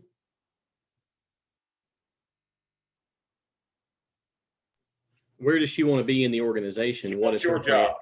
Yeah, I can tell you right now, what. it's your job. Yeah, kind of what Reggie was saying. You know, what is her intent? Is she where she wants to be? You know, is this job the right fit? Maybe she knows it's not the right fit. Maybe she doesn't want to be there at all. Maybe she's got bigger plans. Maybe she's got a plan to be in another division altogether. You know, it's kind of, you know, can she still help the organization? Can the organization still help her? It's a two-way street. Kind of like the book we read about being on the right seat on the bus or something. Yeah, that's what we're talking. We're doing Collins now. That's exactly what we're doing. We're doing Collins. You should have learned that early on. Maybe Again, with the lack of empathy. you know, do you let her on the bus? Do you move her seats? Or do you try to improve her? That goes back to Collins. That's back to leadership. Everything always has to circle back to leadership. So we're doing Collins now. You're exactly right. If we have the lack of empathy and we can see that, then maybe there's an engineering department, we put it in there. Maybe she'll thrive over there. I just think we should figure out what she wants to do instead of always. Well, now again, you know, I want your job. That's what I want to do. Do we let everybody do what they want to do as leaders? We need a goodness of fit. And that's why I said Collins is pardon me for interrupting you, James, but Collins is an oversimplification of the Get Sales Google model, that for organizational success, what we have for you to do as an organization, what we have for you to do as the employee has to be what you want to do. That's getting people in the seat. So yeah, it's an oversimplification of that. So, but we can't just say, you know, to answer Jonathan's questions, and I'll get back to James. I want your job. That's where I'm headed in this organization. I want your job. I want to be the leader of this organization. Now, but what I'm telling you is, from the leader's perspective, you have to be able to assess, is that person, you know, is that a possibility or a probability for that person? That's part of that, letting them on the bus or getting them off the bus, moving seats or improving them. That's part of that function is this person wants to be the leader of this organization, or wants to be a leader in this organization, or wants to be the head of this division or that division. Is this possible with the skill level that they're showing here? Do I need to improve them? Do I need to move them, or do I need to get rid of them? And so that's kind of your three options. Back to the Collins example again, it's no oversimplification of Getzel's Google, but it's in the social sectors, it's a pretty practical model. So James, back to you. And again, I'm sorry for interrupting you. Oh, it's okay. I was just going to just say, I agree with you. From that time, we just need to, from my standpoint, it would just be that we need to figure out, we have actually done what we need to do for Jessica. So now it's time to move on. So she would just need to, like you say, put it in an apartment that she may not have any contact with a whole lot of people. That may work for her. So we would just have to go to the next step now. But wouldn't moving somebody to a different department that they don't have the skill sets to be in not make sense? Exactly. You have to assess their skill level. That's the oversimplification of that's the oversimplification of the Getzel Google model, which is Collins is on the bus. I mean, he just talks about, we'll just move them to another seat. You can't just do that. You can't just do that. That's my problem with the Collins model. That just assumes that they'll be able to be successful over there. They weren't right for this seat, but if we move them to another, they'll automatically be successful over there. There are certain things that you have to be successful, certain skills. Doesn't matter. I mean, it doesn't matter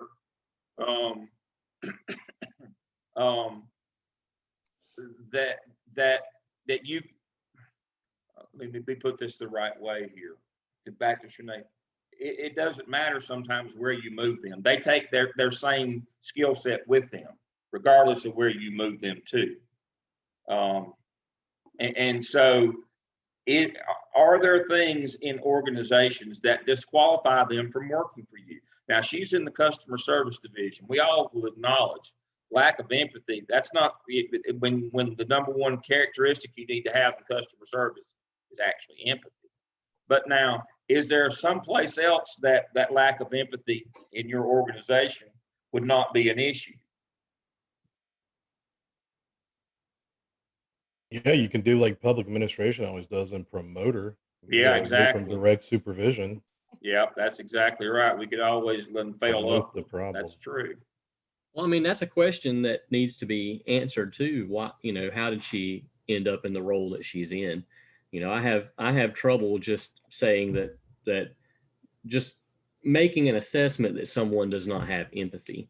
Empathy is expressed in multiple ways. I can either feel what you feel, I can understand what you feel, or I can have neither one of those things but want to help you, if that makes sense.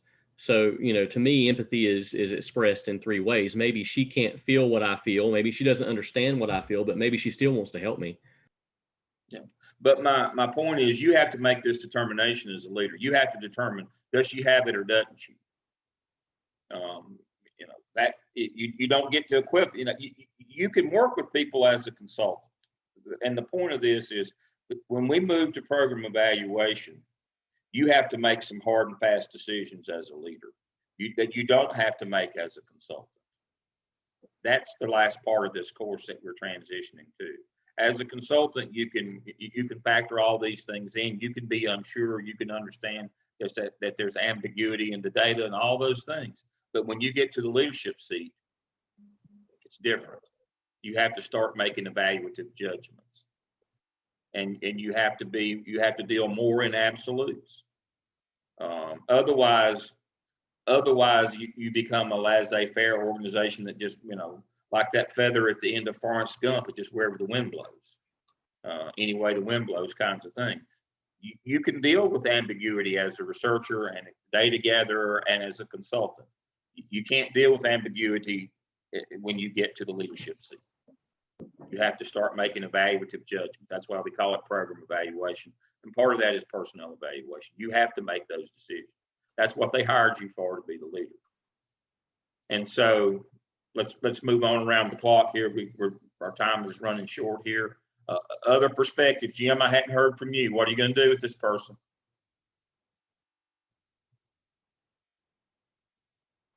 Well, my first thought was I was leaning towards trying to see whether we could get them to get trained in the empathy. So I probably would still default to that. have at least another meeting with them to kind of put some validity to the data. Okay. Shanae, I'm interested in you. What are you going to do with her, Shanae? I'm improving her. There's no sense in moving her. I mean, she's gonna have the same, and then there's two pieces to this. So I'm looking at, okay, well, these are based on all this qualitative information that came in, but what is her actual performance? Like, what are the numbers actually saying on the other side? Like, so there's just more information I need to know other than just the empathy piece, because I feel like if you do the emotional intelligence, if you do that type of coaching, that you can develop her and she can actually perform well. So I don't know. Okay, Selena? I agree completely with Shanae. I think she could use some training and development, and that would make her a better leader. And I think she'd be fine where she is. Okay, Lauren? I think I would want to assess how long she plans to be at the organization. If she's in year 23 of 25 and it's time for her to get on out, I don't know if I want to invest too much time trying to improve her if she's not going to be there. It could be something where I speak with her and let her know this is where I need her to be for these next 2 years of her, if she states that she's going to retire, this is where I need you to be. If you can't be there, then I need you to leave. If she's not near retirement, then I do think we can invest in trying to get her where we need her to be with emotional intelligence, training and development, stuff like that. But I think it would kind of depend on where she's at in her career and, her tenure, how long she plans to stay with this organization. Okay. Papasha, are you there?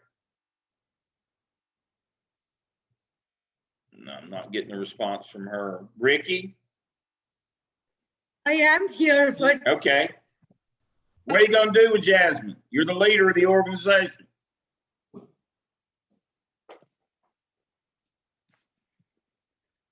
sorry, I was preparing lunch for my son. So what was the question? The question is, you're the leader of the organization rather than the consultant, and you have all this data on Jasmine. What are you going to do? Your three options are put her on an action plan for improvement, move her departments, or terminate her, get rid of her. Which of the three are you going to choose? As the leader now, you're not the consultant. You are the leader of the organization. Those are your three options. Which one are you going to pick? Improve her, change her to a different department, or let her go? I would try to improve her, give her a chance to improve instead of just going ahead and terminating with some intervention plan. If she improves in, say, a month's time, then fine. If she doesn't, then probably the next step would be terminate. There is no point changing department because she would do the same thing anywhere she goes. Yeah. So you kind of you fall in the category where Shanae is you either improve her or you get rid of her. Changing the seats on the bus, as Colin says, it's not right. really that's It just doesn't make any passing the trash, isn't it? That's just moving the problem around. That's just sabotaging another division in your work. And again, that's part of my problem with Collins. It's an oversimplification. It's not just the same as just moving people. She might not have the skills in another department as well. Another department might be actually engineering, and she might not know anything about engineering. So the POSH is improve her, give her a certain an action plan. An action plan means that after a certain period of time, if you hadn't improved, we have to separate. That's what an action plan is. Dr. Lim, we had an employee in human resources that she actually told me that she hated people. I'm like, baby, you in the wrong job. Yeah, exactly. You're in human resources. We can't fix that. That's not fixable. And I think so, within 2 months after that, she was gone. Yeah, I mean, that's not fixable. You have to move that person on. That's not a fix. It can't be an HR. Vic, I'm interested to hear about you from school person. Well, from school perspective, you would have to do an action plan. You could not just get rid of the person. I was thinking of a friend of mine who works for Deloitte, and that he would say the person needs to go. So person needs to go. Yep. Yep. And so Ricky, has Ricky weighed in yet? No, I haven't. So I was leaning more towards what Lauren said. So it really just reading the case study about Jeff, it really, like, as a leader, I would kind of see, like, is her actions a result of her comfortability type of thing? Like, has she been there for a while? If she has, have a talk with her, like, well, this is the plan we need to take to improve your performance, or you have to go. Yeah. All right. And then was it Brad, your last here? What are you gonna do? I think I just promote her. Yeah. No, I mean, it's the same as everybody else is saying. I mean, you have to evaluate what she may be good at in the organization. If she's not good at that in the organization, anything else, then if her organizational commitment's high and you think that she could benefit the organization in that role, then yeah, develop her. But if you don't, then you'll have to unfortunately get rid of her. She doesn't fit anywhere else. But I think that you always should try to develop first, and at a last resort, get rid of if you have no other place to put her. Okay, so or promote her. In the end, thank you all for that. In the end, here's the takeaways as we move into the evaluation, the leadership part for next time. If you're in certain types of public organizations, nonprofits, you have to do an action plan, as Vic said. I actually have a standard one that I teach. It's called MTSS for Teachers. And it shows the steps that you have to take along the way, all the support that you have to give them. But in the end, if they don't improve over that period of time, then you have to move them on. And so that now, if you're in more private type companies, I know we've got a couple of folks in those. As Vic said, if you're with Deloitte & Touche or Deloitte, you would move them on. Now, here are some things. Certain types of businesses, there aren't really places where somebody with a lack of empathy could ever, there's nothing that you can find for them to do. They've either got to improve or you've got to move them on. In the school business, for example, whether it be college or whether it be K-12, if you can't have people who lack empathy, because that's our whole business, is customer service and empathy. That's our brand. That's what we do. There isn't really a place for them. There might be some area in some organizations that you could stick this person, but they're going to be a problem wherever you put them. So the notion that we'll just change seats on the bus is a way oversimplification of Get Sales Google model. And you got to understand that as we go into evaluation. So, try to improve this person, and then or let them go, or let them go is the answer. And again, I think it might have been Ricky that mentioned it, and we had a couple people who mentioned how long has she been, how much is it going to cost to improve this person? Is the what's the old solid? Is the sweat worth the blood, or whatever it is? I mean, can we justify spending that kind of money on this employee? How much is it going to take? What's it going to cost? What is the action plan? I mean, in the school business, in K-12, you have to do an action plan, and it's rather involved and lengthy, and it takes time and money. But that's one of the due process protections that those people have that you don't have in some other businesses. But part of that decision-making matrix in evaluation is yeah, we can improve this person, but what time and cost is it going to take? And that's part of what you have to factor in when you start making program evaluations and personnel evaluation decisions is, what's the capacity for the person to change? How much time, effort, energy? What's their future with this? All those things have to be factored in. It's not as simple as that. Now, I'll tell you right now, if I was in a public organization like school, I'd put her on an action plan today. And if I was in a private organization, I'd move her out. I don't believe in just moving the problem around. And so that's just me, but that's from years of having done it. And again, it's probably, now again, there's no such thing as fair in adult life. That's where you go in the fall of the year and get a corn dog and ride the Ferris wheel. Is it unfair to Jasmine to move her out? Maybe. Well, of course it is.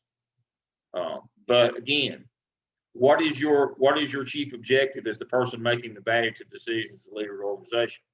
We want to help people, and we want to self-actualize them and help them grow and develop. But the bottom line is that you're there to keep your organization alive. That's the bottom line. You have a responsibility to the organization, and that means that sometimes a decision comes down between what's best for Jasmine and what's best for the organization. And which one do you have to pick every time as the leader? Every time, the organization. I'm not telling you that's fair. I'm not telling you that that's equitable. What I'm telling you is that's what they hired you for, to make those decisions. So as we move, yeah, had we allowed her to get that job in the first place? Well, you're not ever going to go, except in cases where you might open a new school. You're not ever going to go to an organization where you hired all the people. They're already in those roles when you get there. You can't let that factor into, well, somebody else, she's in a place she didn't want to be. Might not be. You're going to inherit people and the roles that they occupy. And we can't let the idea that somebody put her in the wrong place have bearing on whether or not she's able to perform her task in that job or not. Because we're not ever going to be in a situation, or rarely, that we hired everybody and put them in that role. When we assume the leadership role, we're going to assume the people that go with it. And we can't get bogged down into, well, somebody just put her in the wrong place. No. This is where she is now. I can only evaluate what she does here, in the here and now. How she got here might be an interesting story, but I can't just say, well, we'll just let her ride because she didn't pick this.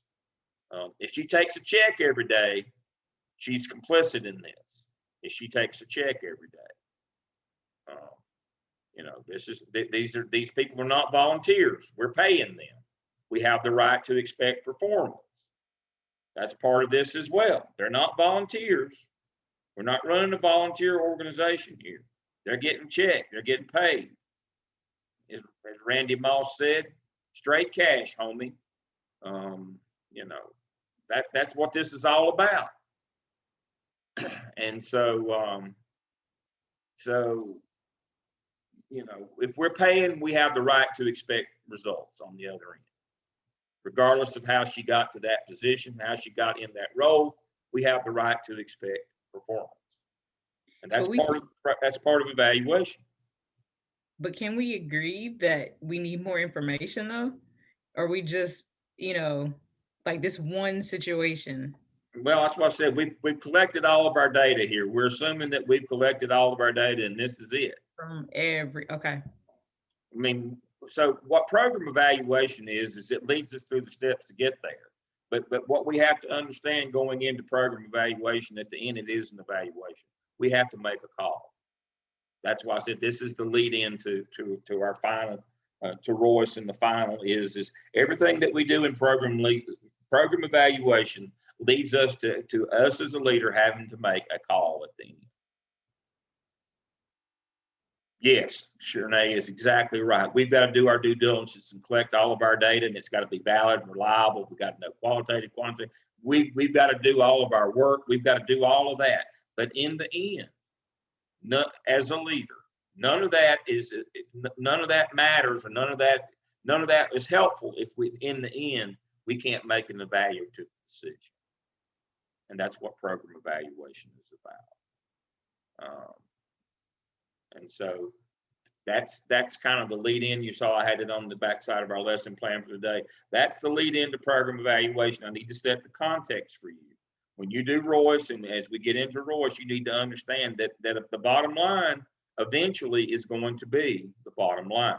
That you've got to put all this data and information, all of your skill set. Wayne, I know I hadn't got to you yet. Your skill set, everything that you've learned up to this point and through this course is going to be brought to bear, because in the end, leaders have to make decisions. They have to make evaluative decisions. And that's the difference between being a leader and a follower. I'm asked that all the time. What's the difference? You have to make a decision, an evaluative decision in the end. Wayne, I saved you for last. You're going to do our benediction today. Final thoughts. I'm kind of on the same boat with most people on this one, just because I don't like to make a big life-changing decision off the cuff. That's just the way I work. So I like to give people chances, which is the improvement plan. Plus I work for a public college, so I guess that makes it easy. I'm gonna have to do that anyway. So I like to do that. I like to see if there is anywhere for a person to go. I do want to give people as many chances as possible, but if there's nowhere to go and they don't improve, then at that point, let them go. There we go. All right. Anybody have anything for the good of the group? I apologize, we ran a little over our time, but not too bad. So next week we're going to, if anybody wants to do their final presentation, remember it's a PowerPoint that just gives us the highlights from their qualitative and quantitative methodology. If you'd like to do that, let me know sometime before we meet again. We don't meet again until what was that, April the 10th? Is when we meet again. So if you want to know, you don't have to let me know today. Just let me know, give me a couple of days notice so I can kind of adjust what I want to do, and we'll do that. And then the following time, the last time we get together in early May, will be for your presentations. All right. It was good to have you all here today. I thank you for your time and attention. I will see you on April the 10th. Have a good weekend. Bye-bye.